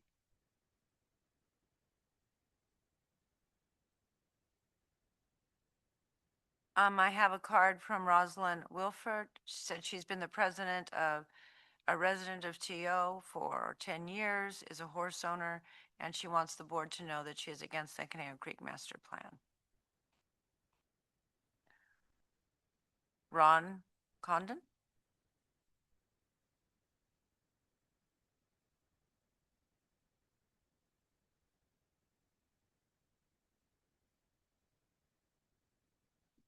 Yes, my name is Ron Condon. I'm a cinematographer, director of photography, and I'm here to support the horse community. I got introduced to it through Abigail, and my background was filming surfing, and she introduced me to the horse world, and it's a fantastic world to be a part of. I'd like to make 2 points. When I was in college, I was totally into tennis. Borg, McEnroe, everything was tennis, tennis, tennis. And everywhere tennis courts popped up all over the country. And it was popular for a long time. And then it kind of plateaued off and faded out. It's getting a little bit more popular now. But when I look around, I still see a lot of empty tennis courts. And what I'd like to have you possibly do is look at that opportunity and possibly put the pickleball courts in some of these dormant tennis courts that are all about your town. That way the noise is set up somewhere else away from the horses, and it's an opportunity to solve the problem. The courts are already there. Maybe do odd, even days, tennis this day, pickleball that day. The second point I'd like to make is I spend a lot of time in Hawaii. One of my children was born there because I would make surf films, Point Break, Chasing Mavericks, and those kind of films. I lived on the North Shore. It's considered the country. And what we did out there is we really protected our North Shore community. Honolulu got really busy. Mililani, the middle of town, they put in um, mass transit, all this other stuff, and it got so popular in all these other places. But our goal was to keep the country, and we did. And what we have now is what's called the 7 Mile Miracle, because that area is pristine, it's rural, and the beaches are clean, just like your parks are clean. It's a beautiful place. Everybody wants to go there. You have an opportunity to create the Conejo miracle. Please protect this place for the horses, the country, and I think you'll be a better community for it. Thank you. Thank you very much. Andy Levitz.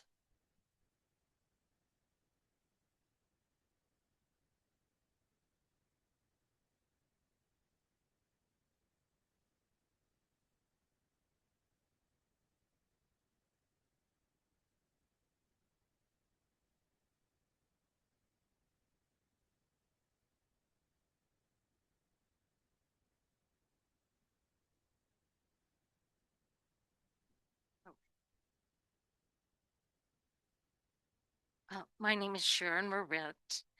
The rabbi uh, uh, was very thankful to us uh, for advocacy of the issue. I'm doing number one. Basically, a few days ago, it was very cold all of a sudden, and then it started drizzling. We did have reservations for an outside area. My son went into Dos Vientos Community Center and asked if he could use a vacant room. And they said, no, you have to have reservations. Now, this could happen not only at this time, but if someone's having a wedding ceremony and all of a sudden it starts to drizzle, there needs to be some type uh, of going beyond the normal to be able to take care of the situation. And so as soon as my son was told no, then I went with him into the office and I said, there needs to be common sense. Please call your supervisor, because there were 2 young girls there. So they called someone by the name of Renee, and Renee said, you have to have reservations. Now, there needs to be, we're paying very high taxes, and basically, we want things, we don't want people to get colds or get sick. We want to be able to use the area as it's meant to be. And it doesn't matter if they want us to pay a refundable cleanup fee, that's fine, but nonetheless, they need to respect the community members. Okay.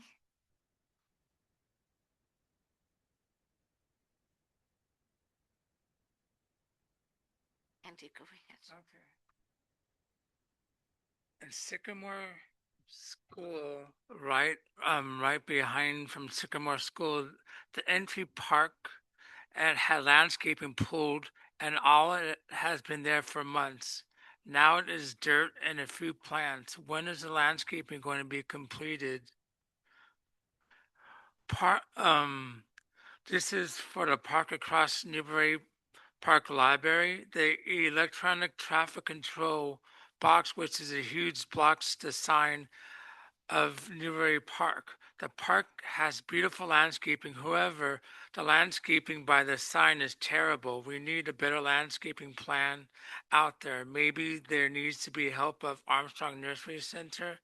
The landscaping has been a mess for a long time. the art gallery across Newbury Park Library. The space is very unused. They try to get people to go into the library or the Alamo to sign attendance books. Seniors could use this space to play mahjong, bridge, or other card games, or a choir group for socializing. The space for piano or billiards table, we need this space. If no one can get a ride on the shuttle, take a lift to senior center, costs $70 round trip. We need spaces in Newbury Park. Thank you very much.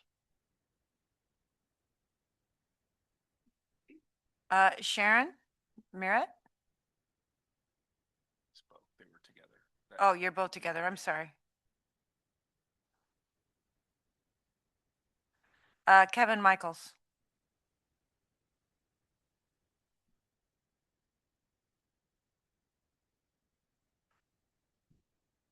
I'm here. I oppose the plan for the park. I live at 1184 Waverly Heights Drive. We have horses in the backyard. But one of the things I wanted to point out that nobody's spoken of, everybody's spoken really well, they touched on all the topics, was this is such a gem in the horse community statewide. Everybody knows of this place. We moved to the neighborhood. We have 2 houses on Waverly Heights for this, so our kids could be here. They could be safe. Mooney talked about how people need shade. There's so many enhancements you guys could do to this park. This could be a lasting legacy from you guys as the board and from everybody if you built this park into something nice. Covered arena for the kids so they could ride during the day when it's hot, when it rains. There's so many things you could do. This is an amazing place. Pickleball doesn't work with horses. That's common sense. I don't know how this ever got put together. RC cars don't work with horses. The park works now. It needs some enhancement. It could be way better. There could be designated jumper arenas and all these different arenas and money put into it. We're talking about spending, redirecting traffic off of a main artery into the park. People are going to use that thoroughfare to cut to the other side of the neighborhoods. This is going to become a traffic zone. You're talking about where kids play. Just last week, I saw a horse loose in the park running full speed. He ran from the baseball field clear down to the far side of the park so fast, so out of control. He did stop before he went on a Jan's Road. That would kill somebody. They're talking about building parks for people to have parties in the middle of this area. It doesn't work. Common sense was not put into this plan. The public's opinion wasn't put into this plan. I don't know how you could mash this much stuff and come up with such a bad plan.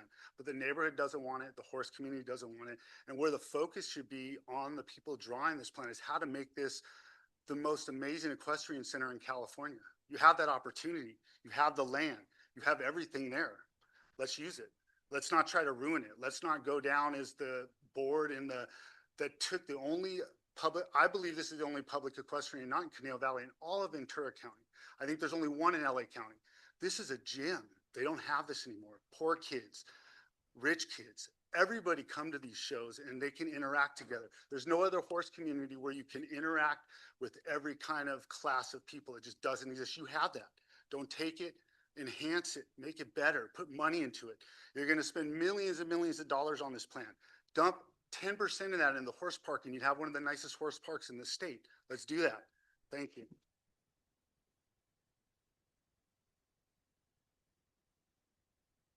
Diana Melville.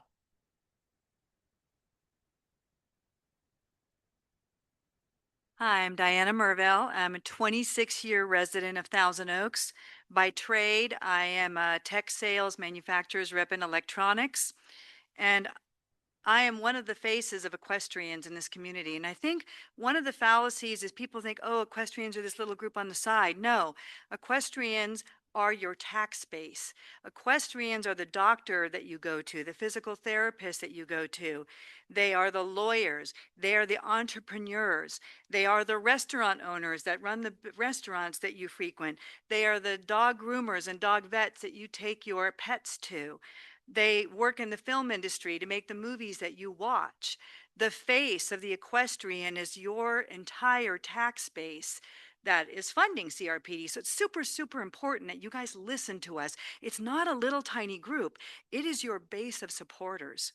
And one thing about the neighborhood of Waverly Heights, I moved here 26 years ago because of the lifestyle. So whereas people who maybe want to play pickleball and do RC cars and things like that, they moved to Thousand Oaks for other reasons, for a job or because good schools, but they didn't move here to play pickleball. And the difference is equestrians moved here to do the equestrian lifestyle because of this park. So you have a lifestyle versus hobbies, and the lifestyle's got to be protected. This lifestyle is generational. It started going back to the people like Donna Fargo and the Jans family, the Borchards, the Herbs, going back to the McRae's.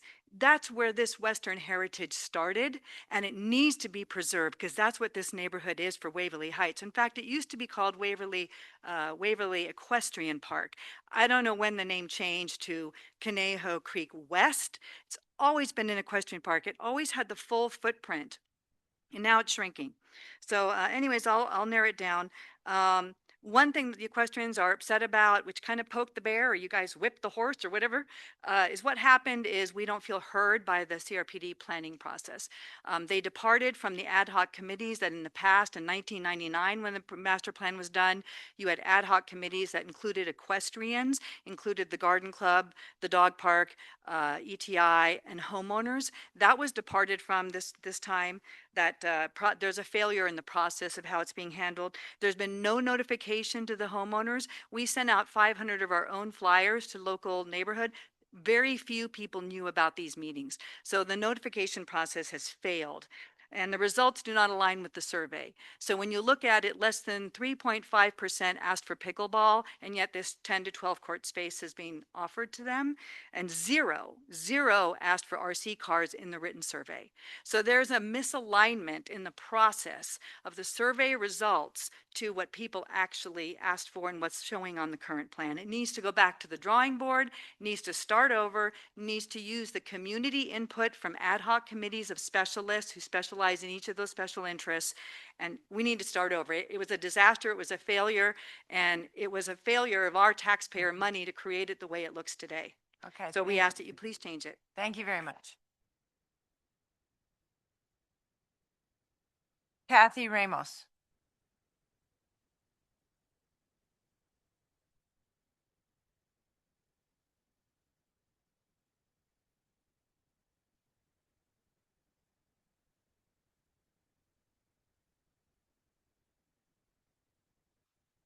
Hi, my name is Kathy Ramos, and I just got to say, wow, I am so impressed with my fellow speakers. Everybody has just been so eloquent and so passionate and just so nailed it right on the head.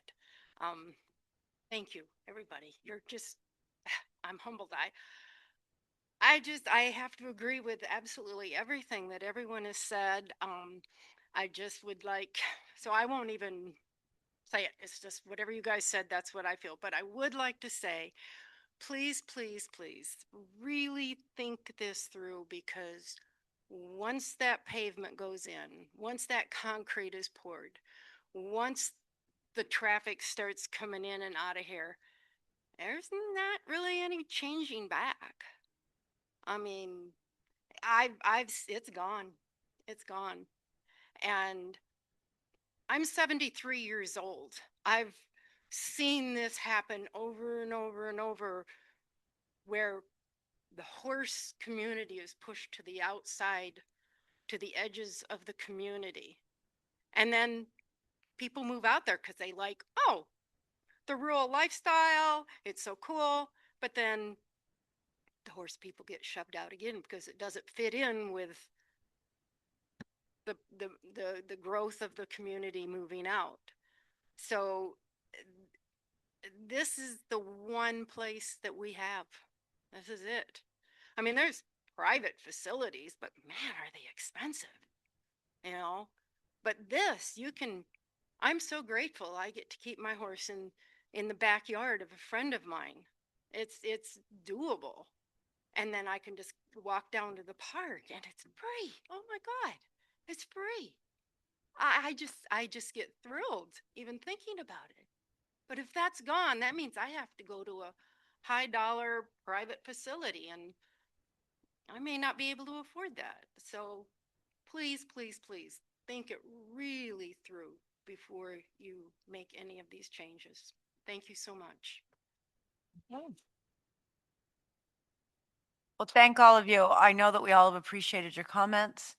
And we appreciate your input and thank you for coming out. I hope that you enjoyed your wait with our presentations and got to know a little bit more about CRPD. But thank you very much for coming. So that was our last card. We're going to take a bathroom break, but I have George Lang. Is George Lang online? No? Okay. All right, we'll be taking a 10-minute break.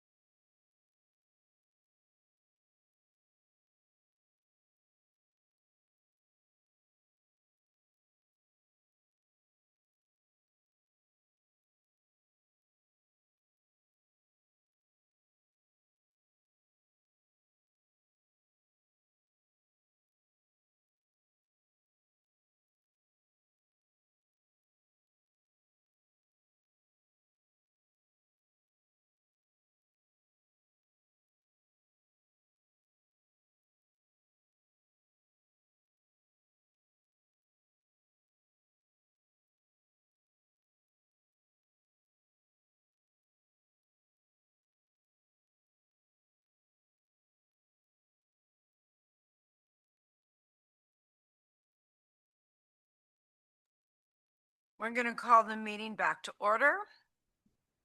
Welcome back, our listening audience. So let's go to item 5, approval of the agenda. I'd like to move approval of the agenda. Okay, a second? I'll second. Any comments? All in favor? Aye. Aye. Any opposed? Okay, motion passes. Consent calendar, do we have a move to approve consent calendar A and B?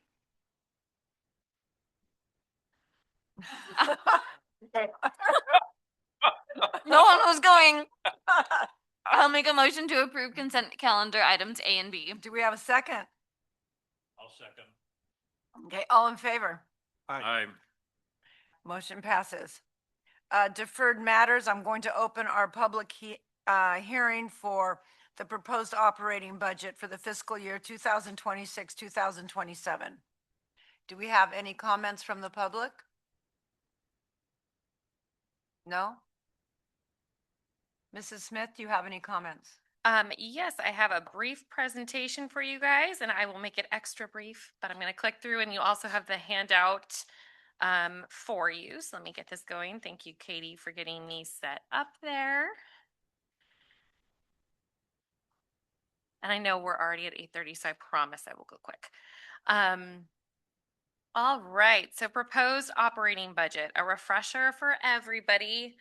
We have a 2-year budget cycle, so every 2 years we do a big deep dive and meet with everybody to get their assumptions for the budget. This is the second year of that cycle, which typically means we don't have many changes or things going on. But this year we've got some changes. So right now we're in the middle of our schedule for our public hearings, and we're going to talk about the operating budget's changes that we're going to make. So this is focused on the changes that are from that original budget that was approved 2 years ago. So I'm going to go over the acquisition of Hillcrest and the changes needed for that, some staffing changes and how that impacts the full picture of our budget. So first for Hillcrest, we know we have some operating costs that we're going to be taking on specifically for both buildings.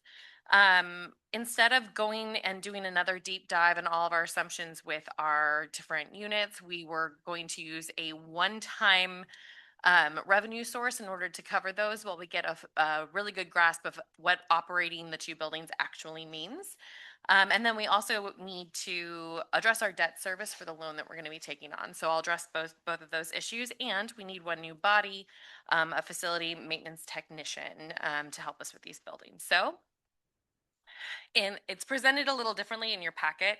So I tried to summarize it in this slide for you. So we took the actuals from the city that they had when both buildings were occupied, the actuals for maintenance, utilities, and all of that, and then applied a 3% annual increase on those numbers to give us an estimate, but it is really just an estimate. We're going to have to live in the building for a while before we get a good number. We have an insurance estimate from Capri, and we know what a new facilities maintenance technician would cost, and then we know what we were paying the city. So after all of that is considered, it's a $770,000 increase to our general fund for operating this new site. That is included in the adjusted budget that, in the proposed budget that is before you. It's across multiple lines, so that's why I wanted to show it to you in one big amount. It's 770 is what we're assuming. So how we want to pay for that. We do have the capacity. As you know, we typically have 2 to 3 million of savings at the end of every year. So we do have the capacity to tighten up our budget and do it that way. But because we're in the mid-year of the cycle and we have a revenue source coming in that happens to be in this area, we want to use that in order to buy us 1 year of time while we figure out what the actual costs are going to be. So what that looks like is, you might remember a few years ago, we had our general fund loan money to our capital fund for Page Lane. Now the loan made sure that when we received developer fees in that zone, half of those fees automatically got repaid to the general fund. That happens to be happening right now. So we're anticipating a $1.4 million payment back to the general fund. We're actually processed it this month. So those funds are going to be available starting July 1, and we're suggesting using that payment back to the general fund. It's from the same planning zone to cover the first year of expenses while we really understand what the true cost is going to be. And that also means that we don't have to go back and meet with all the staff and do all the analysis again that we do every 2 years. So that's how we're planning on funding the operating. The debt. So we're going to do the next item. We're going to have a discussion item on the different loans and financing that we were offered for the payments. But in short, what we're planning to do is use our capital asset and property acquisition reserve to make the debt service payments annually. So this kind of accomplishes two things for us. It allows us to save 2 years worth of payments in the reserve at all times. So if something really bad happened, we know we have 2 years of payments on that loan set aside. Additionally, it means that we can preserve the structure of our operating out of the general fund. So how this would work is our current balance of this reserve is around 2 million. The first year of expenses is going to be about 350,000. Then the next year and the subsequent years are going to be about 1.2, actually a little less, which is great news, but that's the next item. And so you'll probably remember at the end of every fiscal year, I come to you and say, hey, we have savings, let's assign some to pensions, let's assign some to capital. What I'm proposing is at the end of every year when we have savings, I want to make sure we have 2 years of debt service in this account at all times, and that's the priority before we do anything else. So that's the plan for the debt side. So Page Lane for the first Page Lane loan repayment for the first year of operating, using our reserve as the cycle to manage the debt service. And then I have more details in there. It's more for you to read in, your free time if you need some help falling asleep. So that's that page for you. But the next part of it is our staffing. So the other change is in addition to a facilities and maintenance tech for these two buildings, we're also adding a senior recreation specialist. This was actually a position identified in our classification and compensation study as a potential need. At the time, it was this was a gap in our growth in the rec specialist. I'm missing the word, but a series of classifications. And so it was an available spot if the need and the budget was available. And so I think you all have seen the therapeutics program grow, the need for inclusion growing, and also the support from tri-counties has now met the need and the funding for that. That said, if some of that funding were to go away, this position would also go away. So those are the two new positions that we are recommending, and that's also the job description that's later on in your packet. So district-wide, what do all these changes mean? It's about a $1.4 million increase from our preliminary budget. About 1 million of that is in the general fund.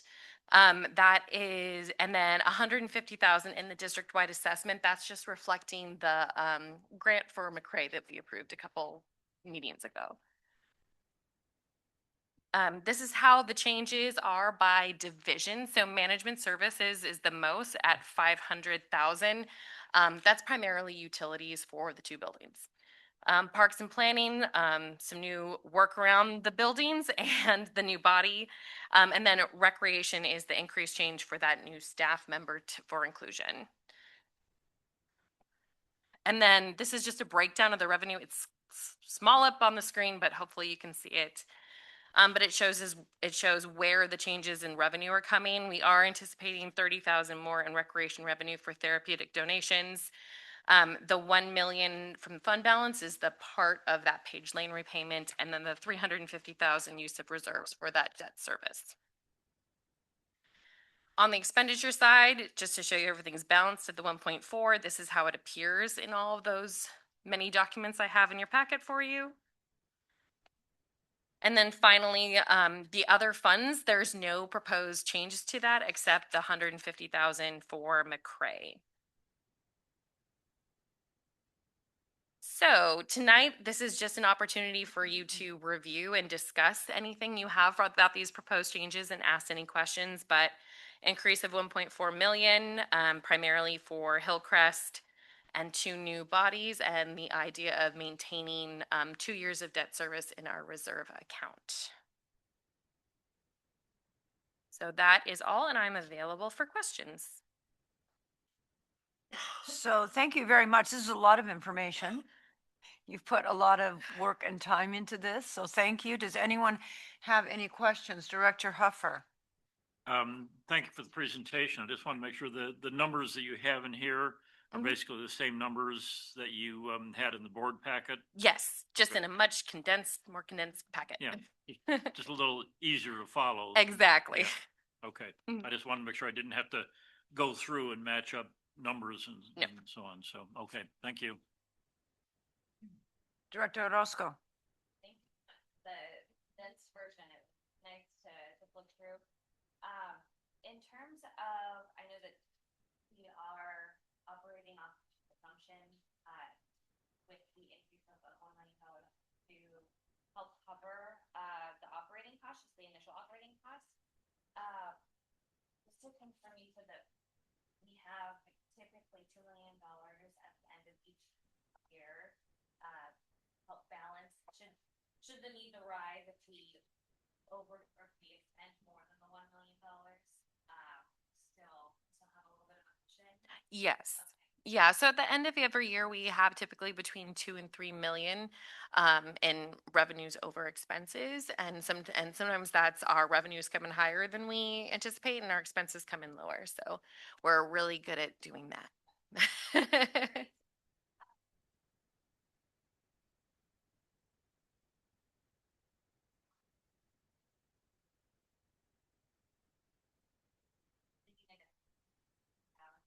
Yes.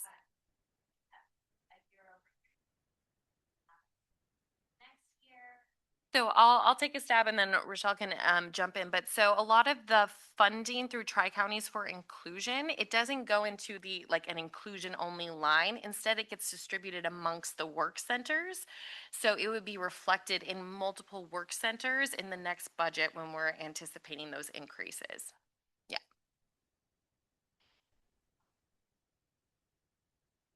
Okay. Any other questions? Director Nichols? Yes, thank you.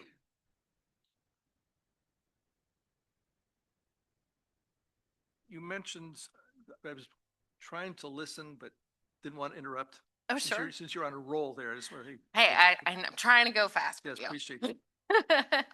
Where you were referring to the new position for inclusion, and then you were referring, I believe, something about funding, and you said if the funding goes away, then the position goes away?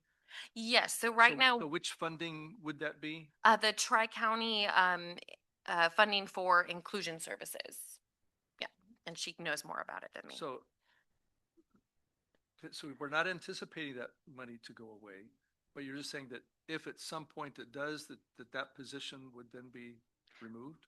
We would have to relook at it and look at the whole therapeutics group and decide what we were going to do at that point.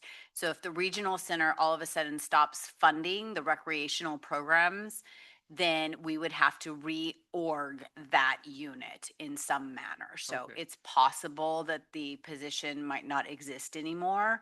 And Okay. it's possible that 2 years down the road, maybe it's something else, or maybe people are still coming to us and not getting the funds covered. So we would have to look at it at that point, but it's a position that could potentially not exist if the unit is not holding itself. Okay. And would that also explain why I see in the different centers, there's 0.25 of a position in one and 0.75 in another? Yes. So, and you can jump in on this too. The staff for therapeutics was distributed across both the therapeutics work center and the inclusion work center. So when we added a full-time body to the inclusion, some of the portions of that body got shifted back to therapeutics. So you got some adjustment. So it's 3 bodies across those 2 units. So Devin was split 50-50 between the therapeutics unit and the inclusion unit. And now more of her time is going to be focusing on programming and working with the therapeutics unit. And so 25% of her time will be in inclusion. And then the new full-time person will be able to pick up really focusing on the regional center and the billing and the training with our independent contractors and stuff that's going on in general population classes. Okay. All right. It just brings me back to my corporate world days where they referred to it as heads. And I was wondering, well, why is there only half a head? And that is just, anyhow. They're just somewhere else. Yeah. World. And then this is a question that I had. I was talking with our general manager about this, but it's not fully related, but I wanted to ask it while I had this in front of me because I'm not going to be here for our next board meeting. In reference to Hillcrest Center, and I know this is not listed here on the budget, but I know with the anticipation at some point going to use 401, and I know the staff is trying to decide how that's going to be used and what needs to be done over there. And with the anticipation that there'll be some walls and be removed, tenant improvements, things like that, rather than trying to use it as is and then figuring out all the things that need to be changed and then having to move people out and then make the changes and move people back in again. Do you have a rough idea if you're going to say, hey, could we just make all those improvements before we move people in there? Do you have a rough idea what that dollar amount might be? And if you do, could that be worked into this budget or coming up where we could say, hey, let's look at that now. Let's get everything all done at once rather than fooling ourselves and thinking that we're going to do it later when we really wish we had done it right away.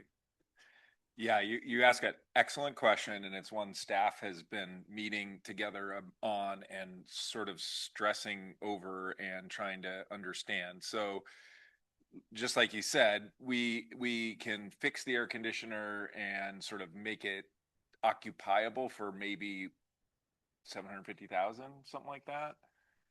Meaning we'd probably do both buildings, not just the one, because this one is on the same trajectory as that air conditioner that went out over there, the handler.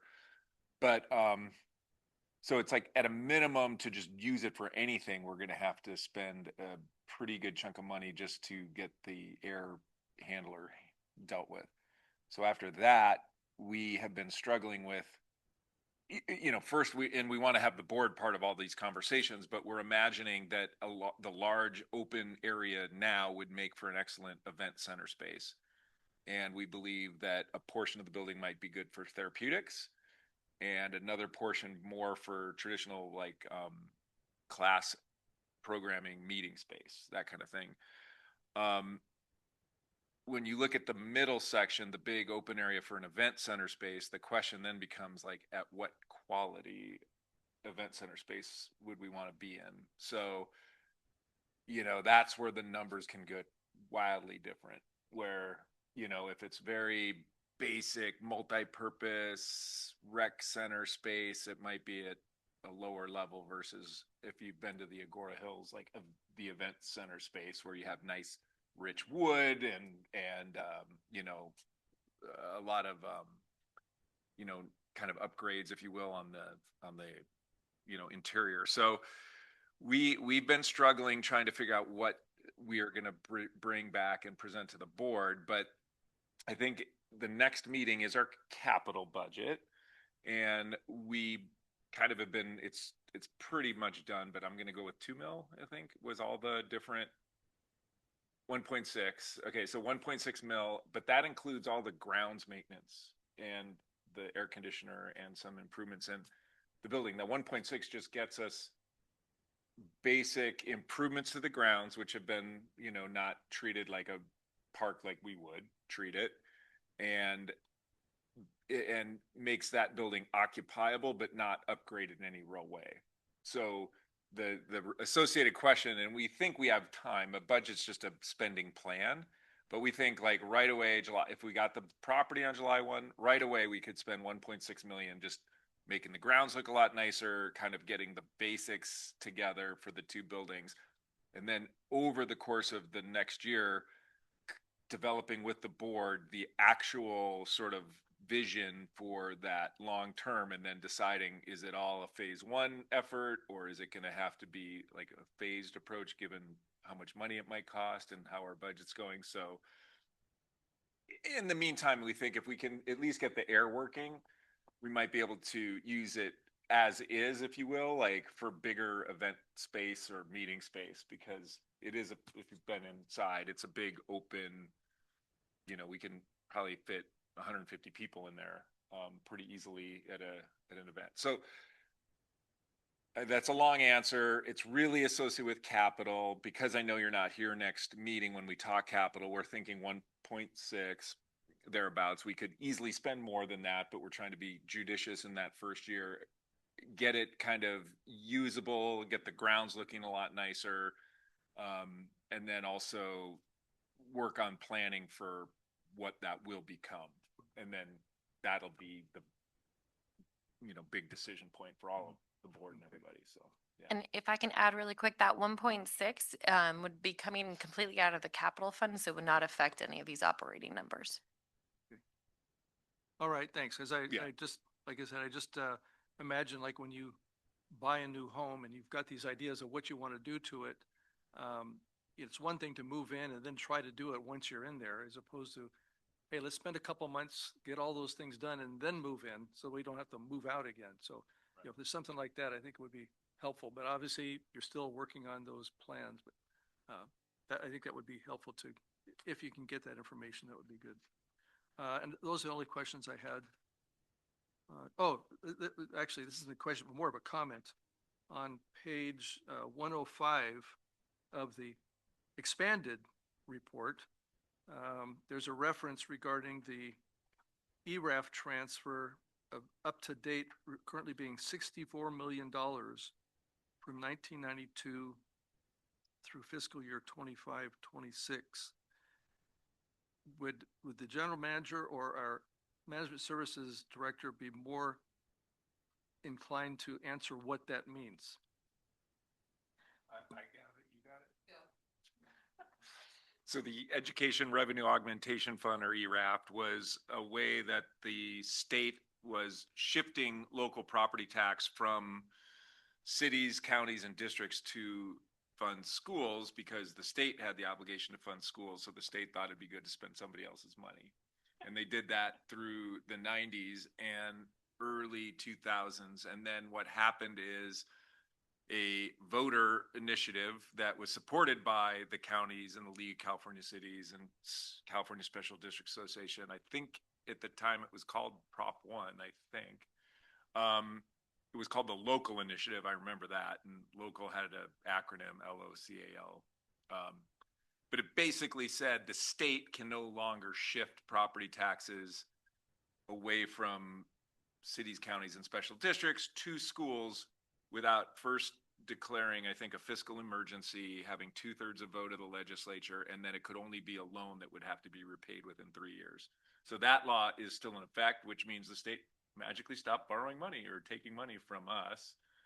But because those shifts already occurred and are ongoing, meaning that the shift happened, whatever percentage of property tax we lost, we continue to lose. Like, that still goes out the door. If we could wind back the clock before those shifts, we'd have $64 million more over the last 30 years or so. So that's just, it's a wonky state versus local property tax issue. Yeah. Okay. All right. Thank you for that clarification. That was my last item. Thank you. So if there's no other questions or questions from the public, I'm going to close this public hearing. And now we go on to some more items for discussion. Fireworks Hill financing options. Will this be you, Mrs. Smith? Sure, and I think we also have Brandon on Zoom, so Katie's gonna allow him to share, and I don't know if Jim, you wanted to take it or if you wanted me to take it. We actually didn't talk about this, did No. we? I'm happy for either one of you to take this item or Brandon on Zoom. Uh-huh. Hi, good evening. Yeah. Oh, there he is. There you go. Yeah. Well, why don't I introduce Brandon and Melissa? So, Brandon Forey is and I hope I said that right, Forey. I don't know. You got it. Yeah, you got it. Kafori.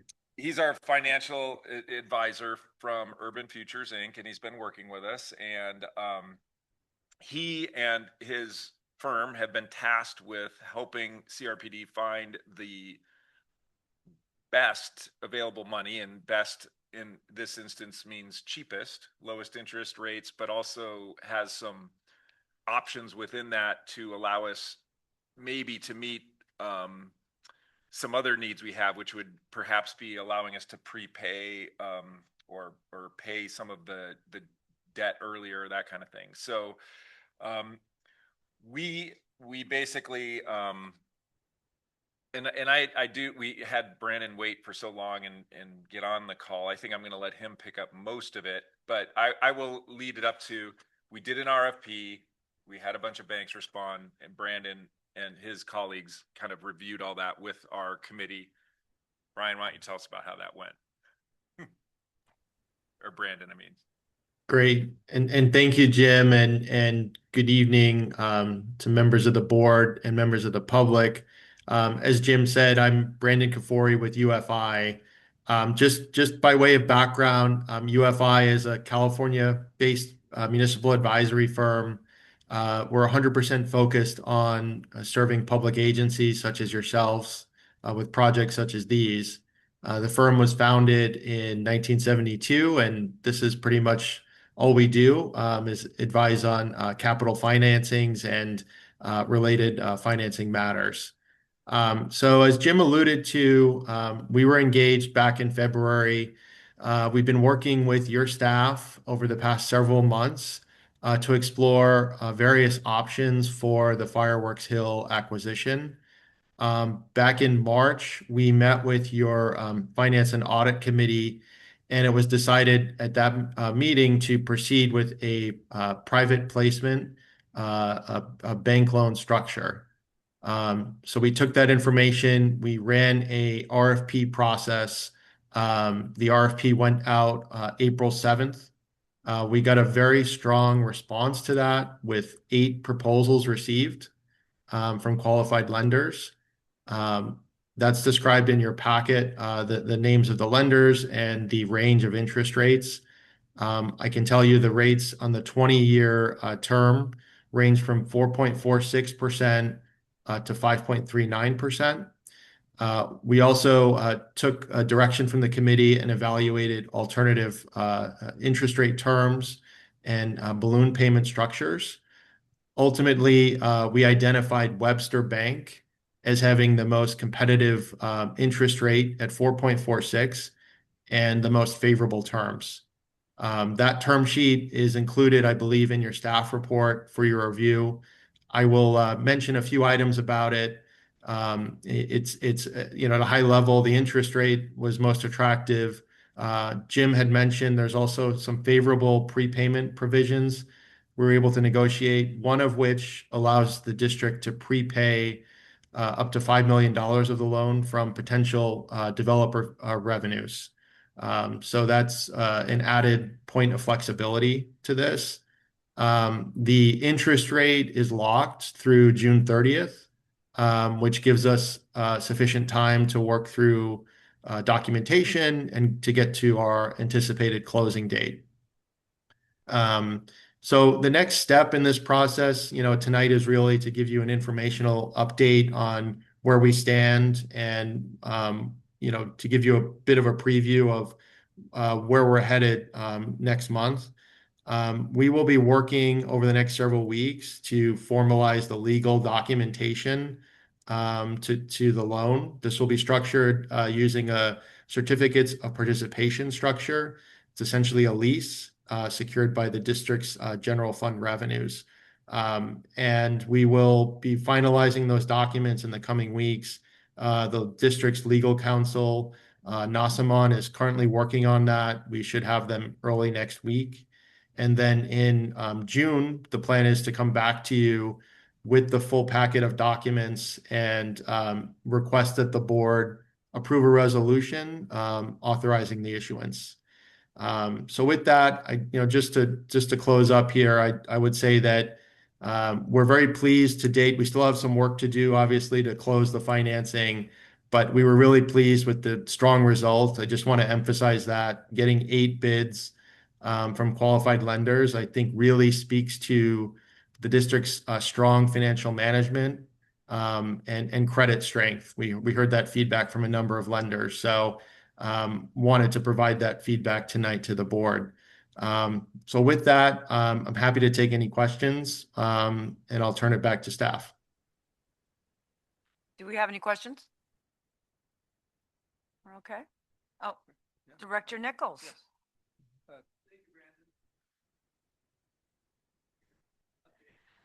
I think your mic needs to be on. All right, He thank you, can't hear Brandon, for that explanation and update. I know there's much more work to be done, but thank you for that. I did have a question on a couple items on the term sheet.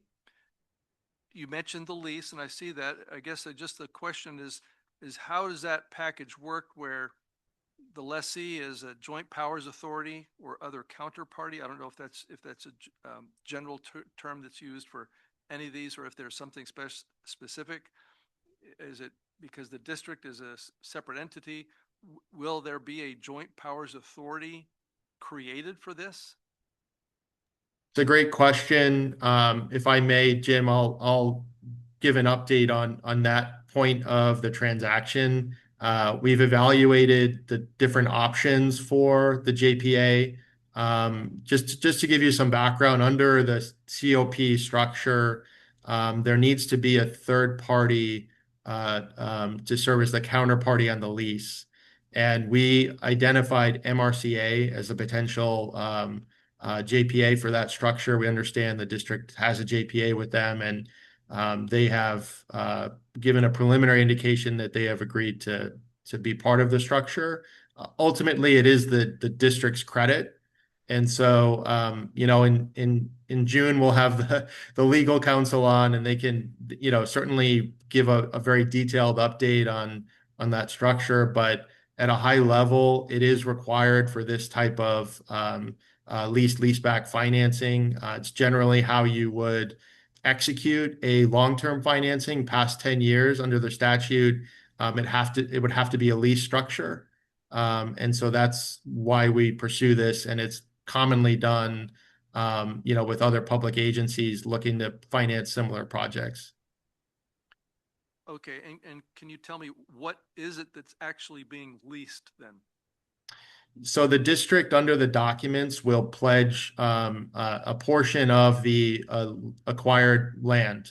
So there's 8 parcels that will be leased to MRCA and then leased back, and then those payments secure the loan. They're assigned to the bank. Okay. I think I'm generally getting it, but it sounds like it's quite a puzzle to put all the pieces together, and I'm probably going to learn more about this as we go, but thank you very much. Any other questions? I have to concur with Director Nichols, as when I read that, it seemed very odd. But I assumed that there was reasoning behind it. And with your explanation, it still seems a little odd. But again, I've never, been involved with this type of a situation, so. So just as an anecdotal and funny story, one of the parts of doing this transaction involves researching and looking at title very closely. So the way that this building we're sitting in, both buildings, were constructed was through this exact financing, lease back with COPs. The parties at that time were the City of Thousand Oaks and a JPA called the Civic Center Authority, and that JPA was the City of Thousand Oaks and the Conejo Rec and Park District. Oh, really? Yeah. So I believe, and I'm a little rusty, but I believe that you can't, as a government entity, can't borrow longer than 10 years without a vote of the folks. So this has been the way that governments. That's correct. Work around and get through and take out longer term debt than otherwise they could. Yeah. For park and rec districts, a traditional loan would we wanted to go to the full 20 years, and so it's going beyond 10 years. You'd either have to get a vote from get approved by voters, or you have an option to structure it as a lease. So that's the mechanism that's, you know, commonly used, is to do a lease structure. Well, you learn something every day. So thank you. Yes. Just because I was part of the committee in some of these discussions, that my understanding is that MRCA's only role is basically to, they're basically serving as a pass-through entity. They're not really participating in anything other than signing some paperwork and said, yes, we're the lessee, but we're going to immediately turn around and sublease to the park district. That's exactly right. So there's a lease agreement, you know, in June, we'll bring back a full stack of the documents. There'll be a lease agreement by which you lease the property to MRCA. They sign and lease it back under a ground lease or a site lease. But that's really their only role. We do require them to approve it at their board meeting as well. But beyond that, it's the district's credit. You will manage the payments and the administration of this COP structure. There's no recourse to MRCA. Okay, and then just, you know, when we were sitting in that meeting with Marissa, I was somewhat overwhelmed and puzzled and trying to figure out, but if it's any consolation, Marissa feels really, really comfortable with this whole thing. So, I mean, she's a commercial real estate guru. So if our advisor thinks this is a great idea and Marissa feels comfortable with it and our staff feels comfortable with it, I'm fine. Yeah, it sounds like this is just how you do business. So, yeah, I was just kind of looking at that and going, I guess they know what they're doing. So I'm very glad that you brought that up, Director Nichols, because that was a little confusing, and so I appreciate the explanations. And just one other thing, I can't remember which agency it was, one of the banks or somebody had gone through, done some research on our credit rating, the district's credit rating, and I thought that was pretty cool. Maybe you just briefly mention that. Absolutely. Sorry, Jim, you want to take that, or? No, I want you to Okay. tell us what you found about the district's credit rating. Yeah, so we got back basically a summary. They have a credit model that sort of mimics what the Moody's credit scoring system uses, and the district came back AA1, which is extremely strong. You know, as Jim noted, I think I should know this, you're tied with the United States or slightly better. So it was a very strong result. They, you know, based on the local economy, your reserve position, operational performance each year. So that's, again, I want to emphasize that, you know, when we get 8 proposals, that tells you something, right? That people have confidence in your credit, and that scoring, I think, really solidified it. We're really happy to share that news with your staff, and you should feel good about that outcome. And, you know, I think had we gone to the agencies publicly, it's not like a public rating, but you know, that's the potential that's out there, right? If you were to go to Moody's and ask them to publish a report. Well, thank you very much. Our next item for discussion is a annual public hearing on job vacancies and recruitment and retention efforts. So is that Mrs. Smith? Yeah, Are we and I'm gonna gonna, discuss it? he was still Oh, on. I was gonna you're let him gonna know. let him He's good. talk about He's it? gone. Okay, good. No, you just look like, am I allowed to go? Oh, I should have publicly dismissed it, I guess. Moving right along. So who's going to take this? Well, I will introduce John Howe. He can come up to the podium there. So John's our human resources analyst. He's been with us for almost a year, like next week or something like that. But kind of on the theme of tonight, he actually started with us like 16 years ago as a lifeguard under Dee and Xavier. So we keep him, right? So with that, I'll let John talk about our vacancy report. Yeah, so AB 2561 was enacted in 2024. It gives us the responsibility to report our vacancies in represented positions every fiscal year before finalizing our budget. Uh, Essentially, what it is that it allows us to look at our numbers, go over the year-to-date vacancies each month, and the kind of red flag is if we were at 20% or higher, the union, and we would give a more specialized presentation on how we can get those vacancies lower. Last year, our monthly average was 3.6% of vacancy, and this year, I'm happy to say it is 1.7%. So we actually went even further down our monthly vacancies, averaging around 1 or 2 vacancies at the end of every month out of our 93 represented positions. Also different from last year is our 64% of our vacancies were caused due to internal promotion, which before coming here, I was part of the private corporate sector, and 64% internal promotion was an unheard of number.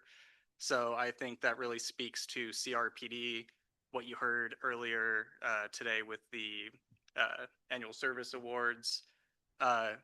People that are here, and even for myself, people that come here stay here. And we have a really great program here. And with that, that's really all I had to say. Oh, we also invited the union to see if they had anything to say after sending them the report. They did not. So I now open myself up to any questions. Do we have any questions? Yes, Director Huffer. I'm just curious, are there actually any agencies around the state that have 20% or worse vacancy? Yes. Ooh. Ooh. Any other questions? Yes. No question, just a comment. Thanks so much for sticking around for us. Oh, yeah. Not a problem. We learned a lot today. It was a good one to be here for. So. And we're okay? All right then. Thank you very much for coming. You are dismissed. Oh, hey, just for good order, can we open and close the public hearing on that? Just because it technically Was is this, public oh, I'm hearing. sorry. It's just technically. Well, I closed this public hearing. Was this a public hearing also? Oh, this is the annual public hearing. Yeah, Okay. Just have to open. All righty. So I'm going to open the annual public hearing on job vacancies. Are there any other comments? Yeah. We had a wonderful report by Mr. Howe, and now I'm going to close the annual public hearing on job vacancies. Thank you, Director Huffer. I didn't notice that was a public hearing. All right, we're going to be moving on to item 9A, and this is our annual adopting of all of our landscape maintenance districts. So, Madam Clerk, would you like to read this for us? Yes. Item 9A, consideration of resolution 050726A for landscaping maintenance district LMD 92-1 Rancho Conejo, preliminarily approving the engineer's report for 2026-2027, declaring intention to provide annual levy and collection of assessments, and setting time and place for public hearing. Okay, thank you very much. Do we want to have comments? Who's going to take this from staff? I'll take it. Okay, thank you, Mr. Moody. Thank you, Chair Cussworth, members of the board. Very routine. We have 3 of these. So the first item, I'm kind of do overview and then get into details for the other 2 items after this. But very routine item the board looks at. So this is the intent, a prelim approval of the engineer's report that's attached to the board report tonight. 25 plus years, all 3 of these have been enacted and levied year after year. So it's nothing new for the board's actions on this. However, it is a requirement for the board to review it. We update the report every year and provide that for your review. This does include maintenance as well as capital improvement project fund, and that goes for all 3 of them tonight. We would be returning, if the board does adopt the resolution, be returning June 4th at the board meeting for official adoption of the LMD. For Rancho Conejo, it's set for an increase of $5.64 to a total of $125.97, which would be a difference from last year overall for the whole district. for Rancho Conejo whole district would be a difference of $6,800 more to be able to help maintain it. On page 162 of your report, there is a historical chart that dates back to fiscal year 98, 99 that kind of breaks down the history of the board's action on this. So with that, I'm available for questions. Do we have any questions? So I have a question. Oh, you did? Yeah. Okay, well, next time you can just tap me on the shoulder if I don't see you. I'll text you. Okay, Director Nichols. Thank you, Madam Chair. On page 139 of the report, I think this is still in the Rancho section. The paragraph labeled Capital Improvement Project Fund. I think it's the third line, part of the first sentence says, raised by an assessment levied and collected in installments over a period of 10 years. I was wondering, when did that period of 10 years start? Yeah, so it's a rolling. Basically, what we look at is in the specific year. So if you look down to the chart below, we have two projects listed, one of which is pickleball and another is a walking path. And we basically split that up over a 10-year period. So depending on the year, it gets reset on that year. So the board, every 2 years, we do a capital budget. That gets approved, and so we update this report based on that. So as of the last 10-year CIP, we had two projects at Rancho Conejo that would be funded partially through this, and so that's where that fund comes from, and it's divvied up over 10 years versus if I put 1.65 million on it, the levy would be a lot higher, right? So we divide that up over a 10-year period to be able to have basically an account, a fund to be able to build so we can implement this work. Okay, so then if next year we added 6 more pickleball courts, which would be another $1.5 million, then you would divide that by 10 years. Correct. 10.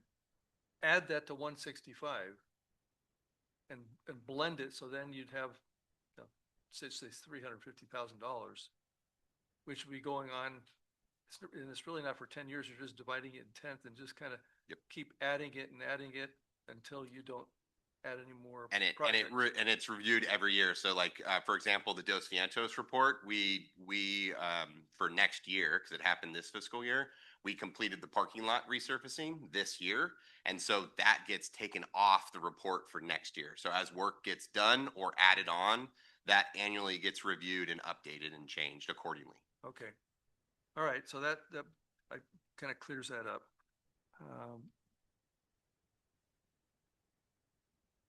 Okay. I was just thinking if I had any other related questions on that. No, I think I got that. Thank you. Thank you, Madam Chair. Okay, thank you. So I do have a question. It said that we are adopting this resolution, but then you said next month we're going to come back and adopt it again. And the levy, so part of the noticing system for a landscape maintenance district is that you, as a board, need to adopt the intent and the initial prelim in the report. And so we publicly noticed that in the newspaper leading up to the next board meeting, or sorry, two board meetings. Okay, so I see that you have that we are adopting this resolution and we're declaring that it's our intent to provide. All right, so that's very clear. All right, if we have no other, Director Huffer. No, I'd like to make a motion if I might. I would like to move adoption of resolution 050726-A to be read in title only, all future readings to be waived. Okay, and do we have a second? I'll second. All right. And again, we're just declaring the intent at this point. So all in favor? Well, we need to have a reading of since the motion was to. Oh, it is a resolution. Be read in title only. You're catching me all over the place. Madam Clerk.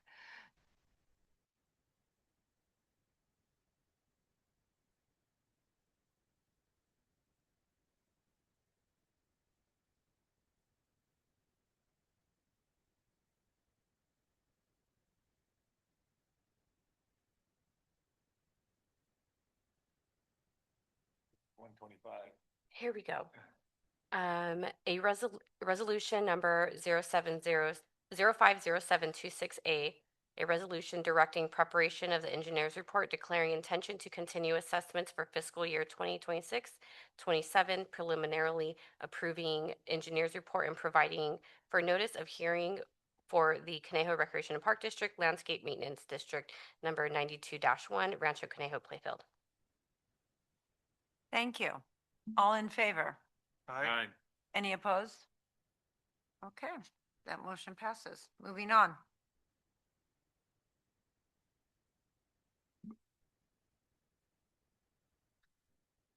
So we're at item 9B. And so Item 9B, Mr. Mooney, would you like to take this?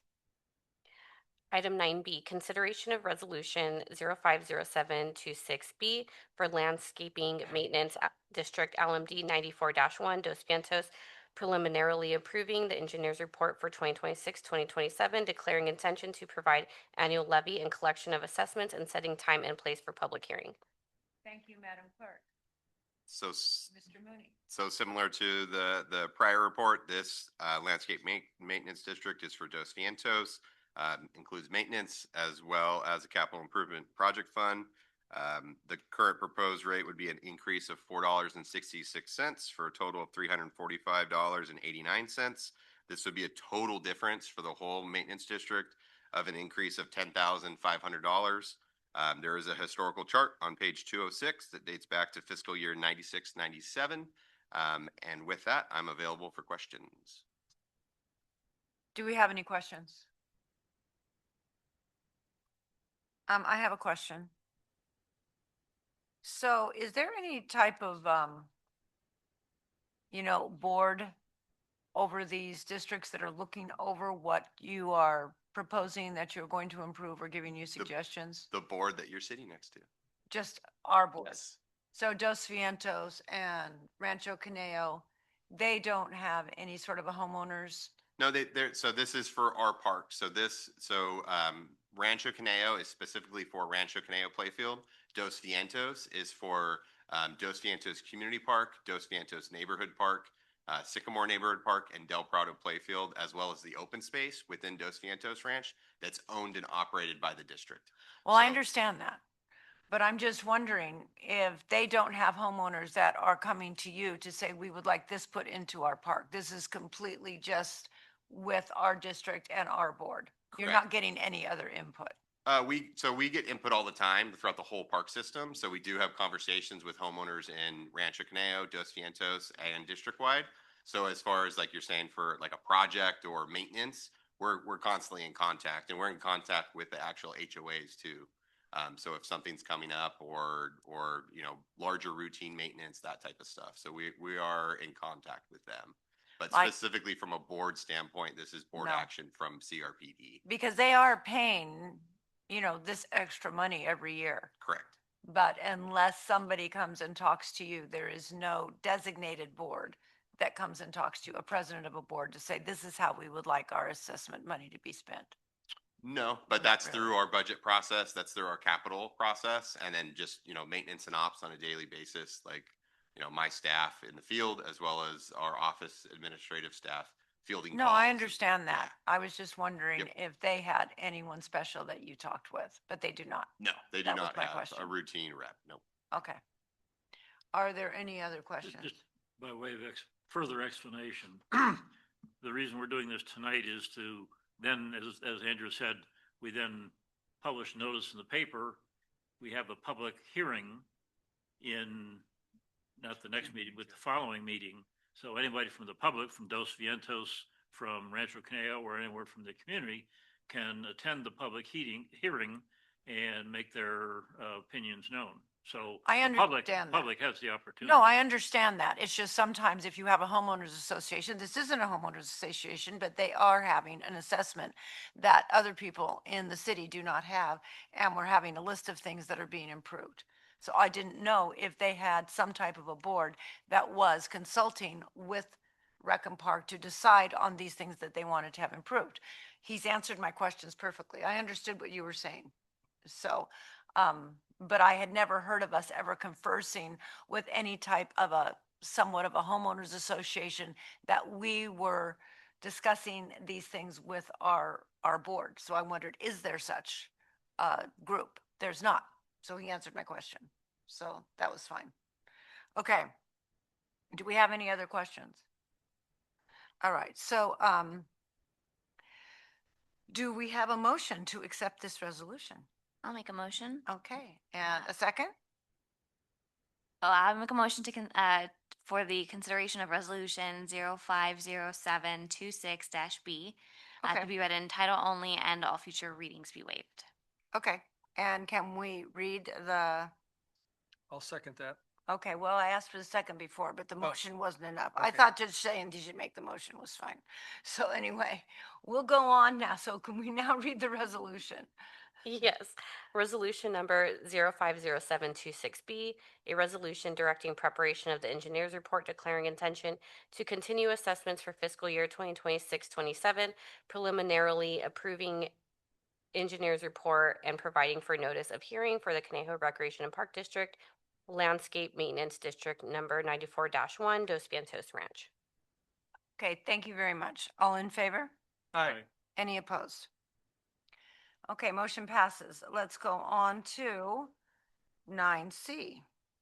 Item 9C, consideration of resolution number 050726C, directing preparation of the engineer's report, declaring intention to levy assessments for 2026-27, preliminarily approving engineer's report for district-wide park maintenance and recreation improvement district 62-1, and providing for a notice of public hearing. Okay, thank you. Mr. Mooney. Thank you, Chair Cussworth, members of the board.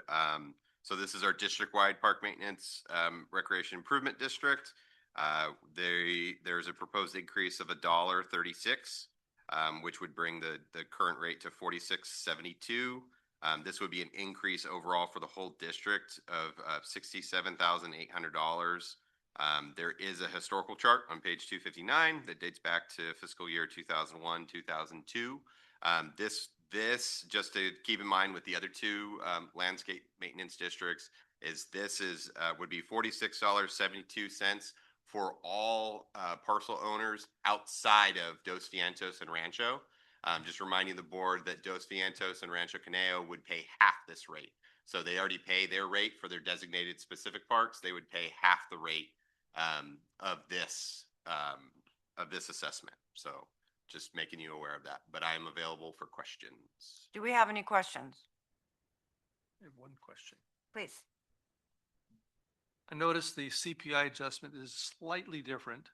Curious why the first two go February to February and this one goes December to December. Yeah, so it was when these were originally done. So what just the paperwork when they did the original engineer's report.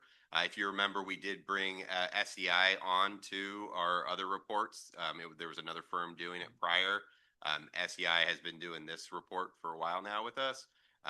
But it's the initial date of the original engineer's report. I requested last year going through the process to get them on the same. However, history has stated, so to be consistent from the beginning of the assessment district, to keep to that. And that was their professional recommendation. But I thought the same thing and I asked the same question. All right, good.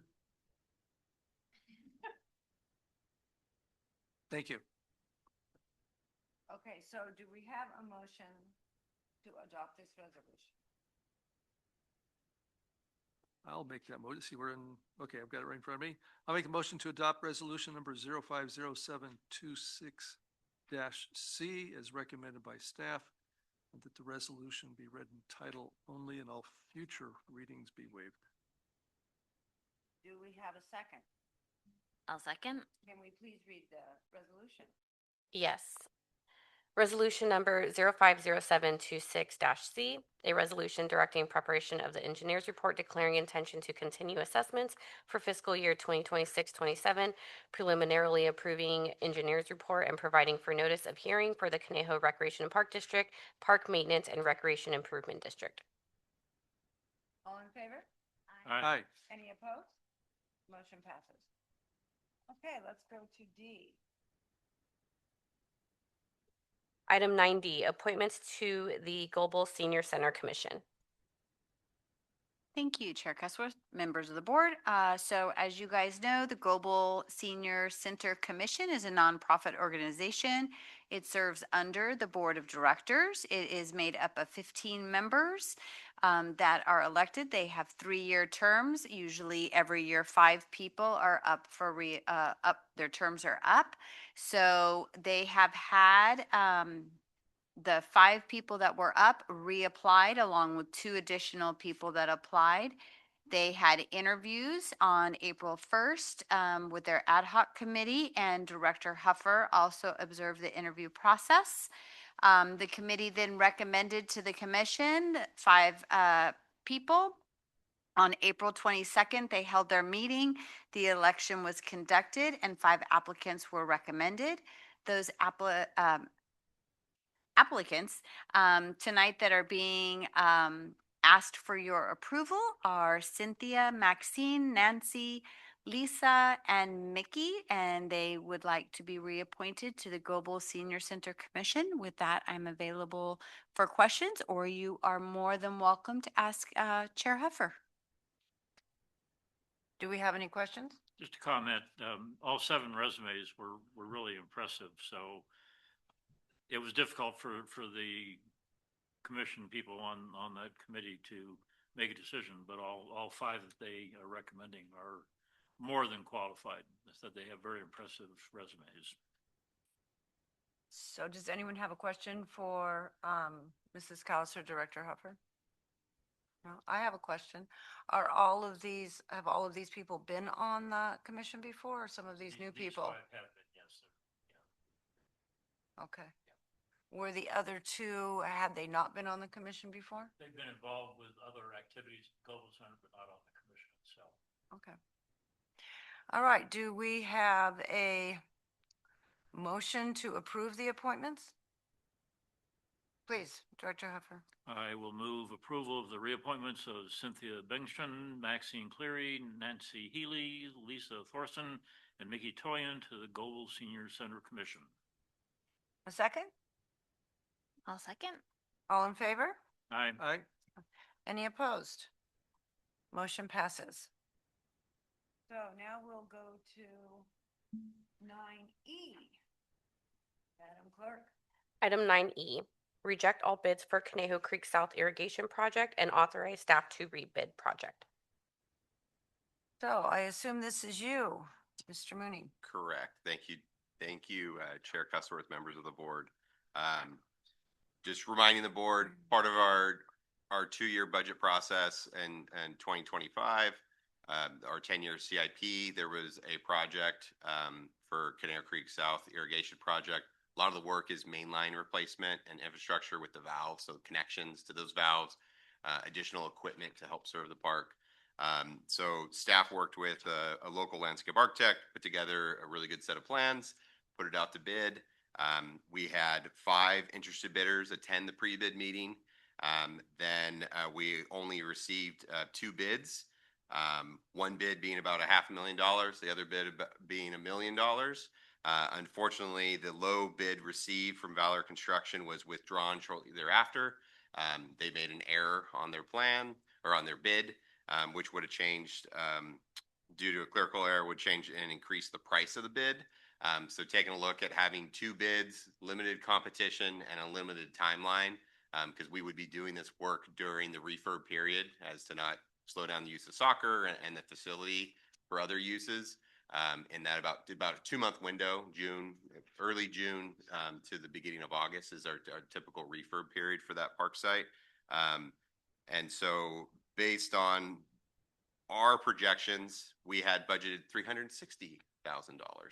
And due to the limited bidders, and we felt very comfortable with our plan set and what we had presented for bid, we are thinking, or we are recommending to reject the bids and to reassess the plans, take a closer look at it, possibly doing some value engineering, and then put it out to bid either late this year or early in 2027, so we can be ready for the next cycle. Originally, this project was going to be done in phases. It was a phase 1 and a phase 2, so it was going to be half the fields done in the beginning, or sorry, in this summer, in the 2026 summer period. And then we were going to do phase 2 in the 2027 summer. We felt it was more efficient, and we felt the contractor in conversations with the work and everything that we could get it done all at one time, right? And so the unfortunate part is if we're replacing a main line, we're not doing a full refurbishment. Grass is still getting rest, but we're not able to aerate. We're not able to, do as much topsoil, do all the cultural practices that we would typically do. So our goal is to kind of go back, rebid it. Hopefully we get more competition. There's no major timeline to get the work done. We just know it needs to be done at a future date. So park's operating fine. Soccer's still going to operate fine for the next year. No issues there, Chuck. And so, but it's more just, hey, bummer. Sometimes you just don't get the bid. The bid isn't as competitive as you wish, or a little bit more information and timing. And we do think the timing with this, because we're competing during the summer with school districts doing a lot of work, and they do a lot of their work. I have the whole year to get construction done, but they have the summer to get construction done. So we feel that if we rebid this with a longer runway, like I said, late 26, early 27, that we should hopefully be able to get more competition in the bids, and then be able to come back to the board and be ready to go to get the work done. So with that, I'm available for questions. Do we have any questions? Yes, Director Huffer. Yeah, Andrew, I know in past capital projects, the bids have come in significantly higher than we had originally thought because of costs of labor and mostly the cost of materials. But a difference between 360,000 and $1 million seems pretty extreme. Is it a problem with that we didn't have enough bidders, competitive bidders, or is there something involved in the project that we hadn't really anticipated? So we, part of CIP, we talk to contractors, we get estimates, we add contingency, we add cost changes. We do not feel that it's necessarily like prices jumped up that much, because we feel like our planning number was pretty solid, but prices do change, and you really don't know until you bid things, right? And I've seen that a lot in my career here. It's, hey, you have an idea, you have a really good estimate, but you don't know until you bid it. So that's why I'm going on more of the cautious side of, hey, we had 5 people interested, only 2 people bid, and one person goofed, right? Human error, clerical error. So we feel that we can get better competition and hopefully get a better price out of it, but we won't know until we put it back out to bid. So, and that's our recommendation. Okay, thank you. Are there any other questions? I have a quick question. So you were estimating this would be $360,000. Correct. So the one person said $500,000, but they said, no, it would be a lot more than that. And the other person said it was going to be $1 million. Did you just underestimate on what you thought needed to be done? No, we feel pretty confident that our planning number was solid. It's just that from the numbers, and there are certain contractors, like 2 of these contractors, or technically one of them we did, Marina Landscape built Page Lane Park. So they're familiar with us, but then also they're not necessarily doing renovation work for us. They built a brand new park. They came in and put everything together for us. So they're familiar with us, but they're not so familiar with our renovation work.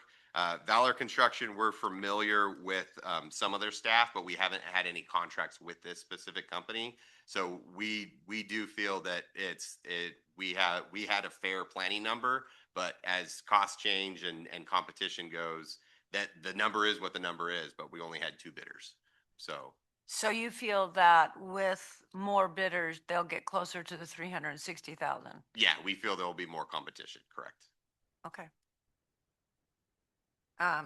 It just seems odd to me that it would be that much higher. Correct. That's Yep. all I'm saying. Same when the bids came in for us. Okay. So do we have a recommendation to approve this? All right, Director Orozco. I'll move that we accept staff's recommendation to reject all bids and announce or authorize staff to rebid the project after appropriate adjustments to the contract documents. A second? Second. Okay, all in favor? Aye. Aye. Any opposed? Okay, motion passes. And so finally, 9F. Item 9F, adoption of senior recreation specialist job description. Okay, Mrs. Smith? All right. Thank you, Chair Cusworth and board members. So as we mentioned before, this is the full-time position that we are adding for inclusion. This job description was suggested by our class and comp consultants as a position that's commonly filled in comparable agencies, even though we did not have it yet. So this description is basically the recreation specialist with the lead language that is included in our other job descriptions, and that was part of the titling protocol that was recommended by the class and comp. So it's the rec specialist, but with that lead component where they give the guidance to part-time staff and part-time rec specialists. So it's for those lead positions. The tweaks to this include specialization for when they are assigned to the inclusion unit, and so you'll see those in there. But before we approve the final budget for this new position to be included in the final budget starting in July, we need to have the job description to go along with it. This has been provided to the union as well, and I'm happy to answer any questions you might have on it, and I know Rochelle is too. Do we have any questions? Yes. Just quickly, did the union have any feedback with regard to the job description? Nope.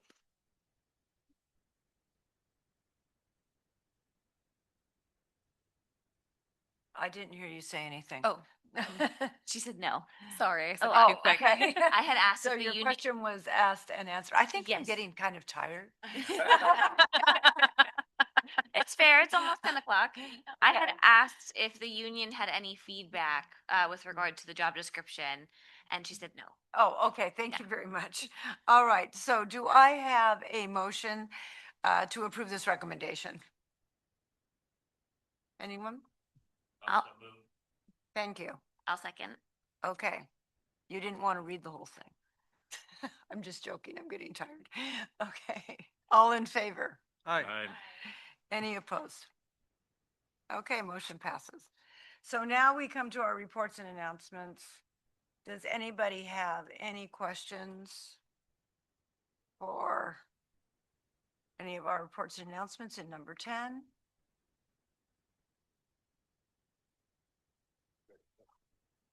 Yes. Just a comment on the capital projects. I was glad to see that the shade structure at the CLU pool is included there. You said we'll be getting bid documents later in the year. And what would be the anticipated time frame for actually starting and completing the project? So I do not have a good answer for that. We are still confirming engineer drawings. We had a couple changes due to site utility constraints. So we're working through that, but we are optimistic to be able to get it back and get it in front of the board so we can get work going out there. So, but I do not have a great timeline for that because it keeps shifting, unfortunately. So Yeah, just curious. I'd sort of forgot because what a couple of years ago that we got the money, so it'd be nice to correct see that progressing. Okay. Yes. Quick question following along the same line. So been driving by the Borchard Skate Park renovation project almost daily. It's very exciting to see the progress of that. Do we have an idea, or I might have missed it, of when that might be, like, yeah, so we initially we had early, either late 2026, early 2027. Our contractor's getting pretty comfortable out there, so they're making some good progress. We're gonna have shade structure footings bored next week, caged, and then poured in the coming weeks is the plan. So we have a lot of times with construction, especially when you have large submittal pieces like shade structure and lights that are being manufactured specifically for that, there's a bit of lead time on it. So once we get the lead time on those items, our contractor We'll be on the site for about 3 or 4 months. They'll update their schedule, and then we can be able to share that as we have a better tentative kind of completion date on it. So Great. That's very exciting. Thank you. Do we have any other questions? Okay, let's move on to our department reports. Parks Division. thank you, Chair Cusworth, members of the board. As you are aware, we had some Conejo Creek West outreach meetings.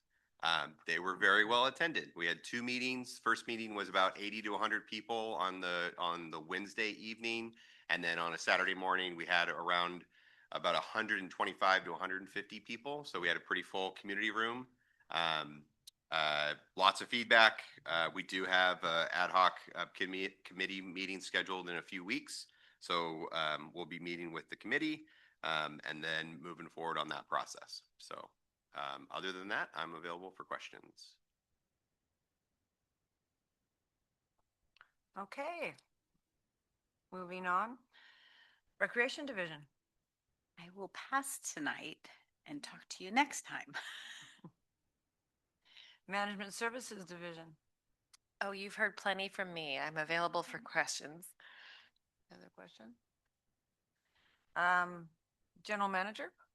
Just very briefly, I want to thank all the staff over there for all their hard work on this very big packet.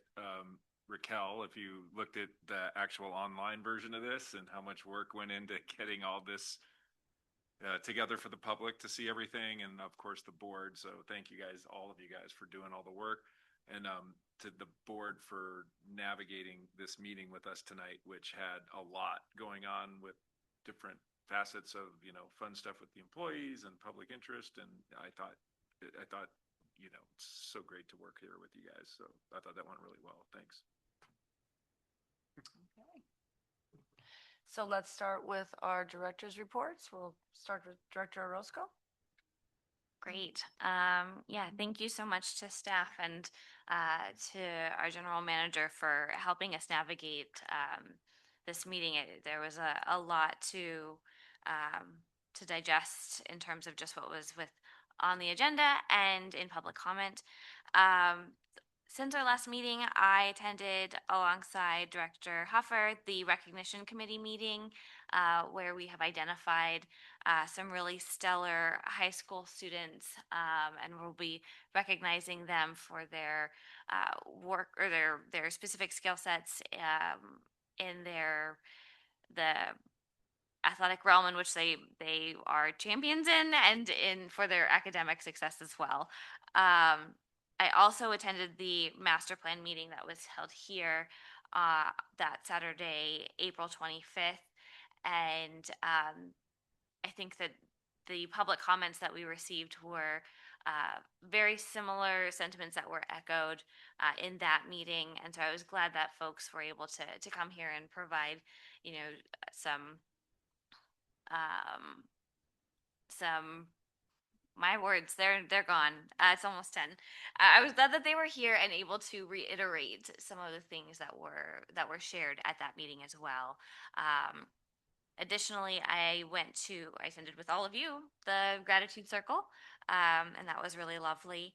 And then last night I met with a small group of folks as part of just better understanding where the community is coming from regarding the master plan. And so I do have some points of feedback that I'd love to share with staff via email just as soon as I consolidate all of those notes. And then I did pop into the state of the schools today for 30 minutes. I missed the whole state of the schools, but was able to just mingle amongst friends and provide a general presence for CRPD. So that was it. Director Nichols. Thank you, Madam Chair. Going down my list here, on the 22nd of April, I participated in an online meeting with the Association of American Park Districts and the author of Assembly Bill 2007, which pretty productive. We got some things accomplished through that. Also attended the Gratitude Circle as we were there. And then on the 29th, we had an Association of American Park District Executive Committee meeting. And then on the 1st, we had an association conference committee meeting. And then on the 5th of May, we had a finance committee meeting, just knocking it all out here. And then I did attend both of the Conejo Creek West community meetings, the Wednesday night and the Saturday. Both were very lively. I'm surprised we didn't have to pay a fee for that entertainment. But it was very lively on both cases. What I found particularly interesting is the comments I've received from friends, family, associates around the community that are very aware and very in tune, and the disparity of their input based on what I heard in the meetings. It's just it goes from one side to the other of the. So I thought it was very, very interesting how something like that discussed so passionately here throughout the general community can share the same passion or is completely ambivalent about the whole thing. So it's very interesting, not surprising, because we are all busy and we have interests and we have things of particular interest. In fact, one thing I had a conversation today with a friend that I've known for many, many years who has a long history with ETI, had no idea the discussions were even taking place. Now, he's long since participated in it, but he's stepped away and I was just very interested, just again, because life happens and we take different avenues. And then I will miss the next meeting on the 21st. My grandson will be in the lead role at the school's spring musical. Oh. And I may be thrown out of the family if I don't attend that. So I will unfortunately have to miss the meeting on the 21st. And let's see, I think that was it for now. But thank you. Okay. Director Huffer. Well, most of the things I did have been mentioned by others. I was part of the recognition committee and was an impressive group of high school athletes. I could not make the Wednesday evening Conejo Creek West meeting, but I was at the Saturday meeting, and it definitely is a lively, passionate group. I was a little upset that some gentleman felt compelled to set up a speaker system and blast the sounds of pickleball through the room and making it difficult for anybody to concentrate, but it's free speech, I guess. The gratitude circle was great. We had 3 wonderful honorees. Had the finance committee that Doug was talking about. We discussed some of that stuff this evening. It's not an official CRPD event, but since it was on CRPD facilities and 3/4 of the executive staff was there, I attended the chili cook-off, which it's always a fun event. They must have had a lot more cars there, the classic cars than I remember in years past, because they just went on forever and ever. Some really neat cars there. And then earlier this afternoon, I attended the tax program celebration over at the you told me what the place is called. Yeah, you too. Stonehouse. Thank you. Anyway, they gave us some numbers, and the bottom line is this year, between our Conejo Creek and Newbury Park sites, we completed 2,679 tax returns, which is 113 more than we did last year. So lots of hardworking volunteers. It was nice because we had about 10 new volunteers, which was very unusual. So that was really nice. That's my report. Thank you. Everybody does so many interesting and varied things. That's really impressive, the taxes. That's a wonderful service. How long have you been doing that for? 10 years. 10 years? Is that how long it's even been in service? Were you one of the original? Really? Yeah, that's very impressive. Well, I'm sure none of you were up at night worrying about the Botanic Garden field trip, but I was up at night enough for all of you because I conceived of this thing, so I wanted it to be good. But our first one that we did was a little, but then, we made some tweaks and did a few new things, and it was very good last Tuesday. We're going to do another one this Tuesday, and we'll see if we continue on. But I was excited because Dorothy Sullivan, she came, she's been involved, John Noble from Kosov came, he wants to be involved. Lots of other people from Casca, a couple of other people from Casca came over to volunteer in this field trip because they were seeing that there was a hole between, we have the Trails Education Days for the fourth graders and then outdoor school for the fifth graders, but we don't really have anything for the younger kids. So I was really happy to see this support. So anyway, so far so good on that. And then I was at a stagecoach meeting. I came to the Arts Council reception here for the new artwork, and that was very nicely done. And it's very exciting that this is one of our galleries. And then since I've been on Leadership Conejo, which I made a lot of good connections there with people in the city. Amgen was one. They're going to have the Stagecoach Inn and the Chumash Museum participate in one of their fundraisers, and they're going, not their employees, and give us some money for that. But also, I made a connection with the Agora Community Garden. And so they took me on a tour. They want to come and see the Botanic Garden, want to see how we can collaborate. I really find it interesting when we can do collaboration between different entities. I think it makes us all stronger. So that was exciting for me to meet with them. And that's it for me. So do we have a request for status reports and items for subsequent agendas at all? No? Any items from the public? One person wants to speak? Okay. If you would like to speak, please raise your hand. No? Okay.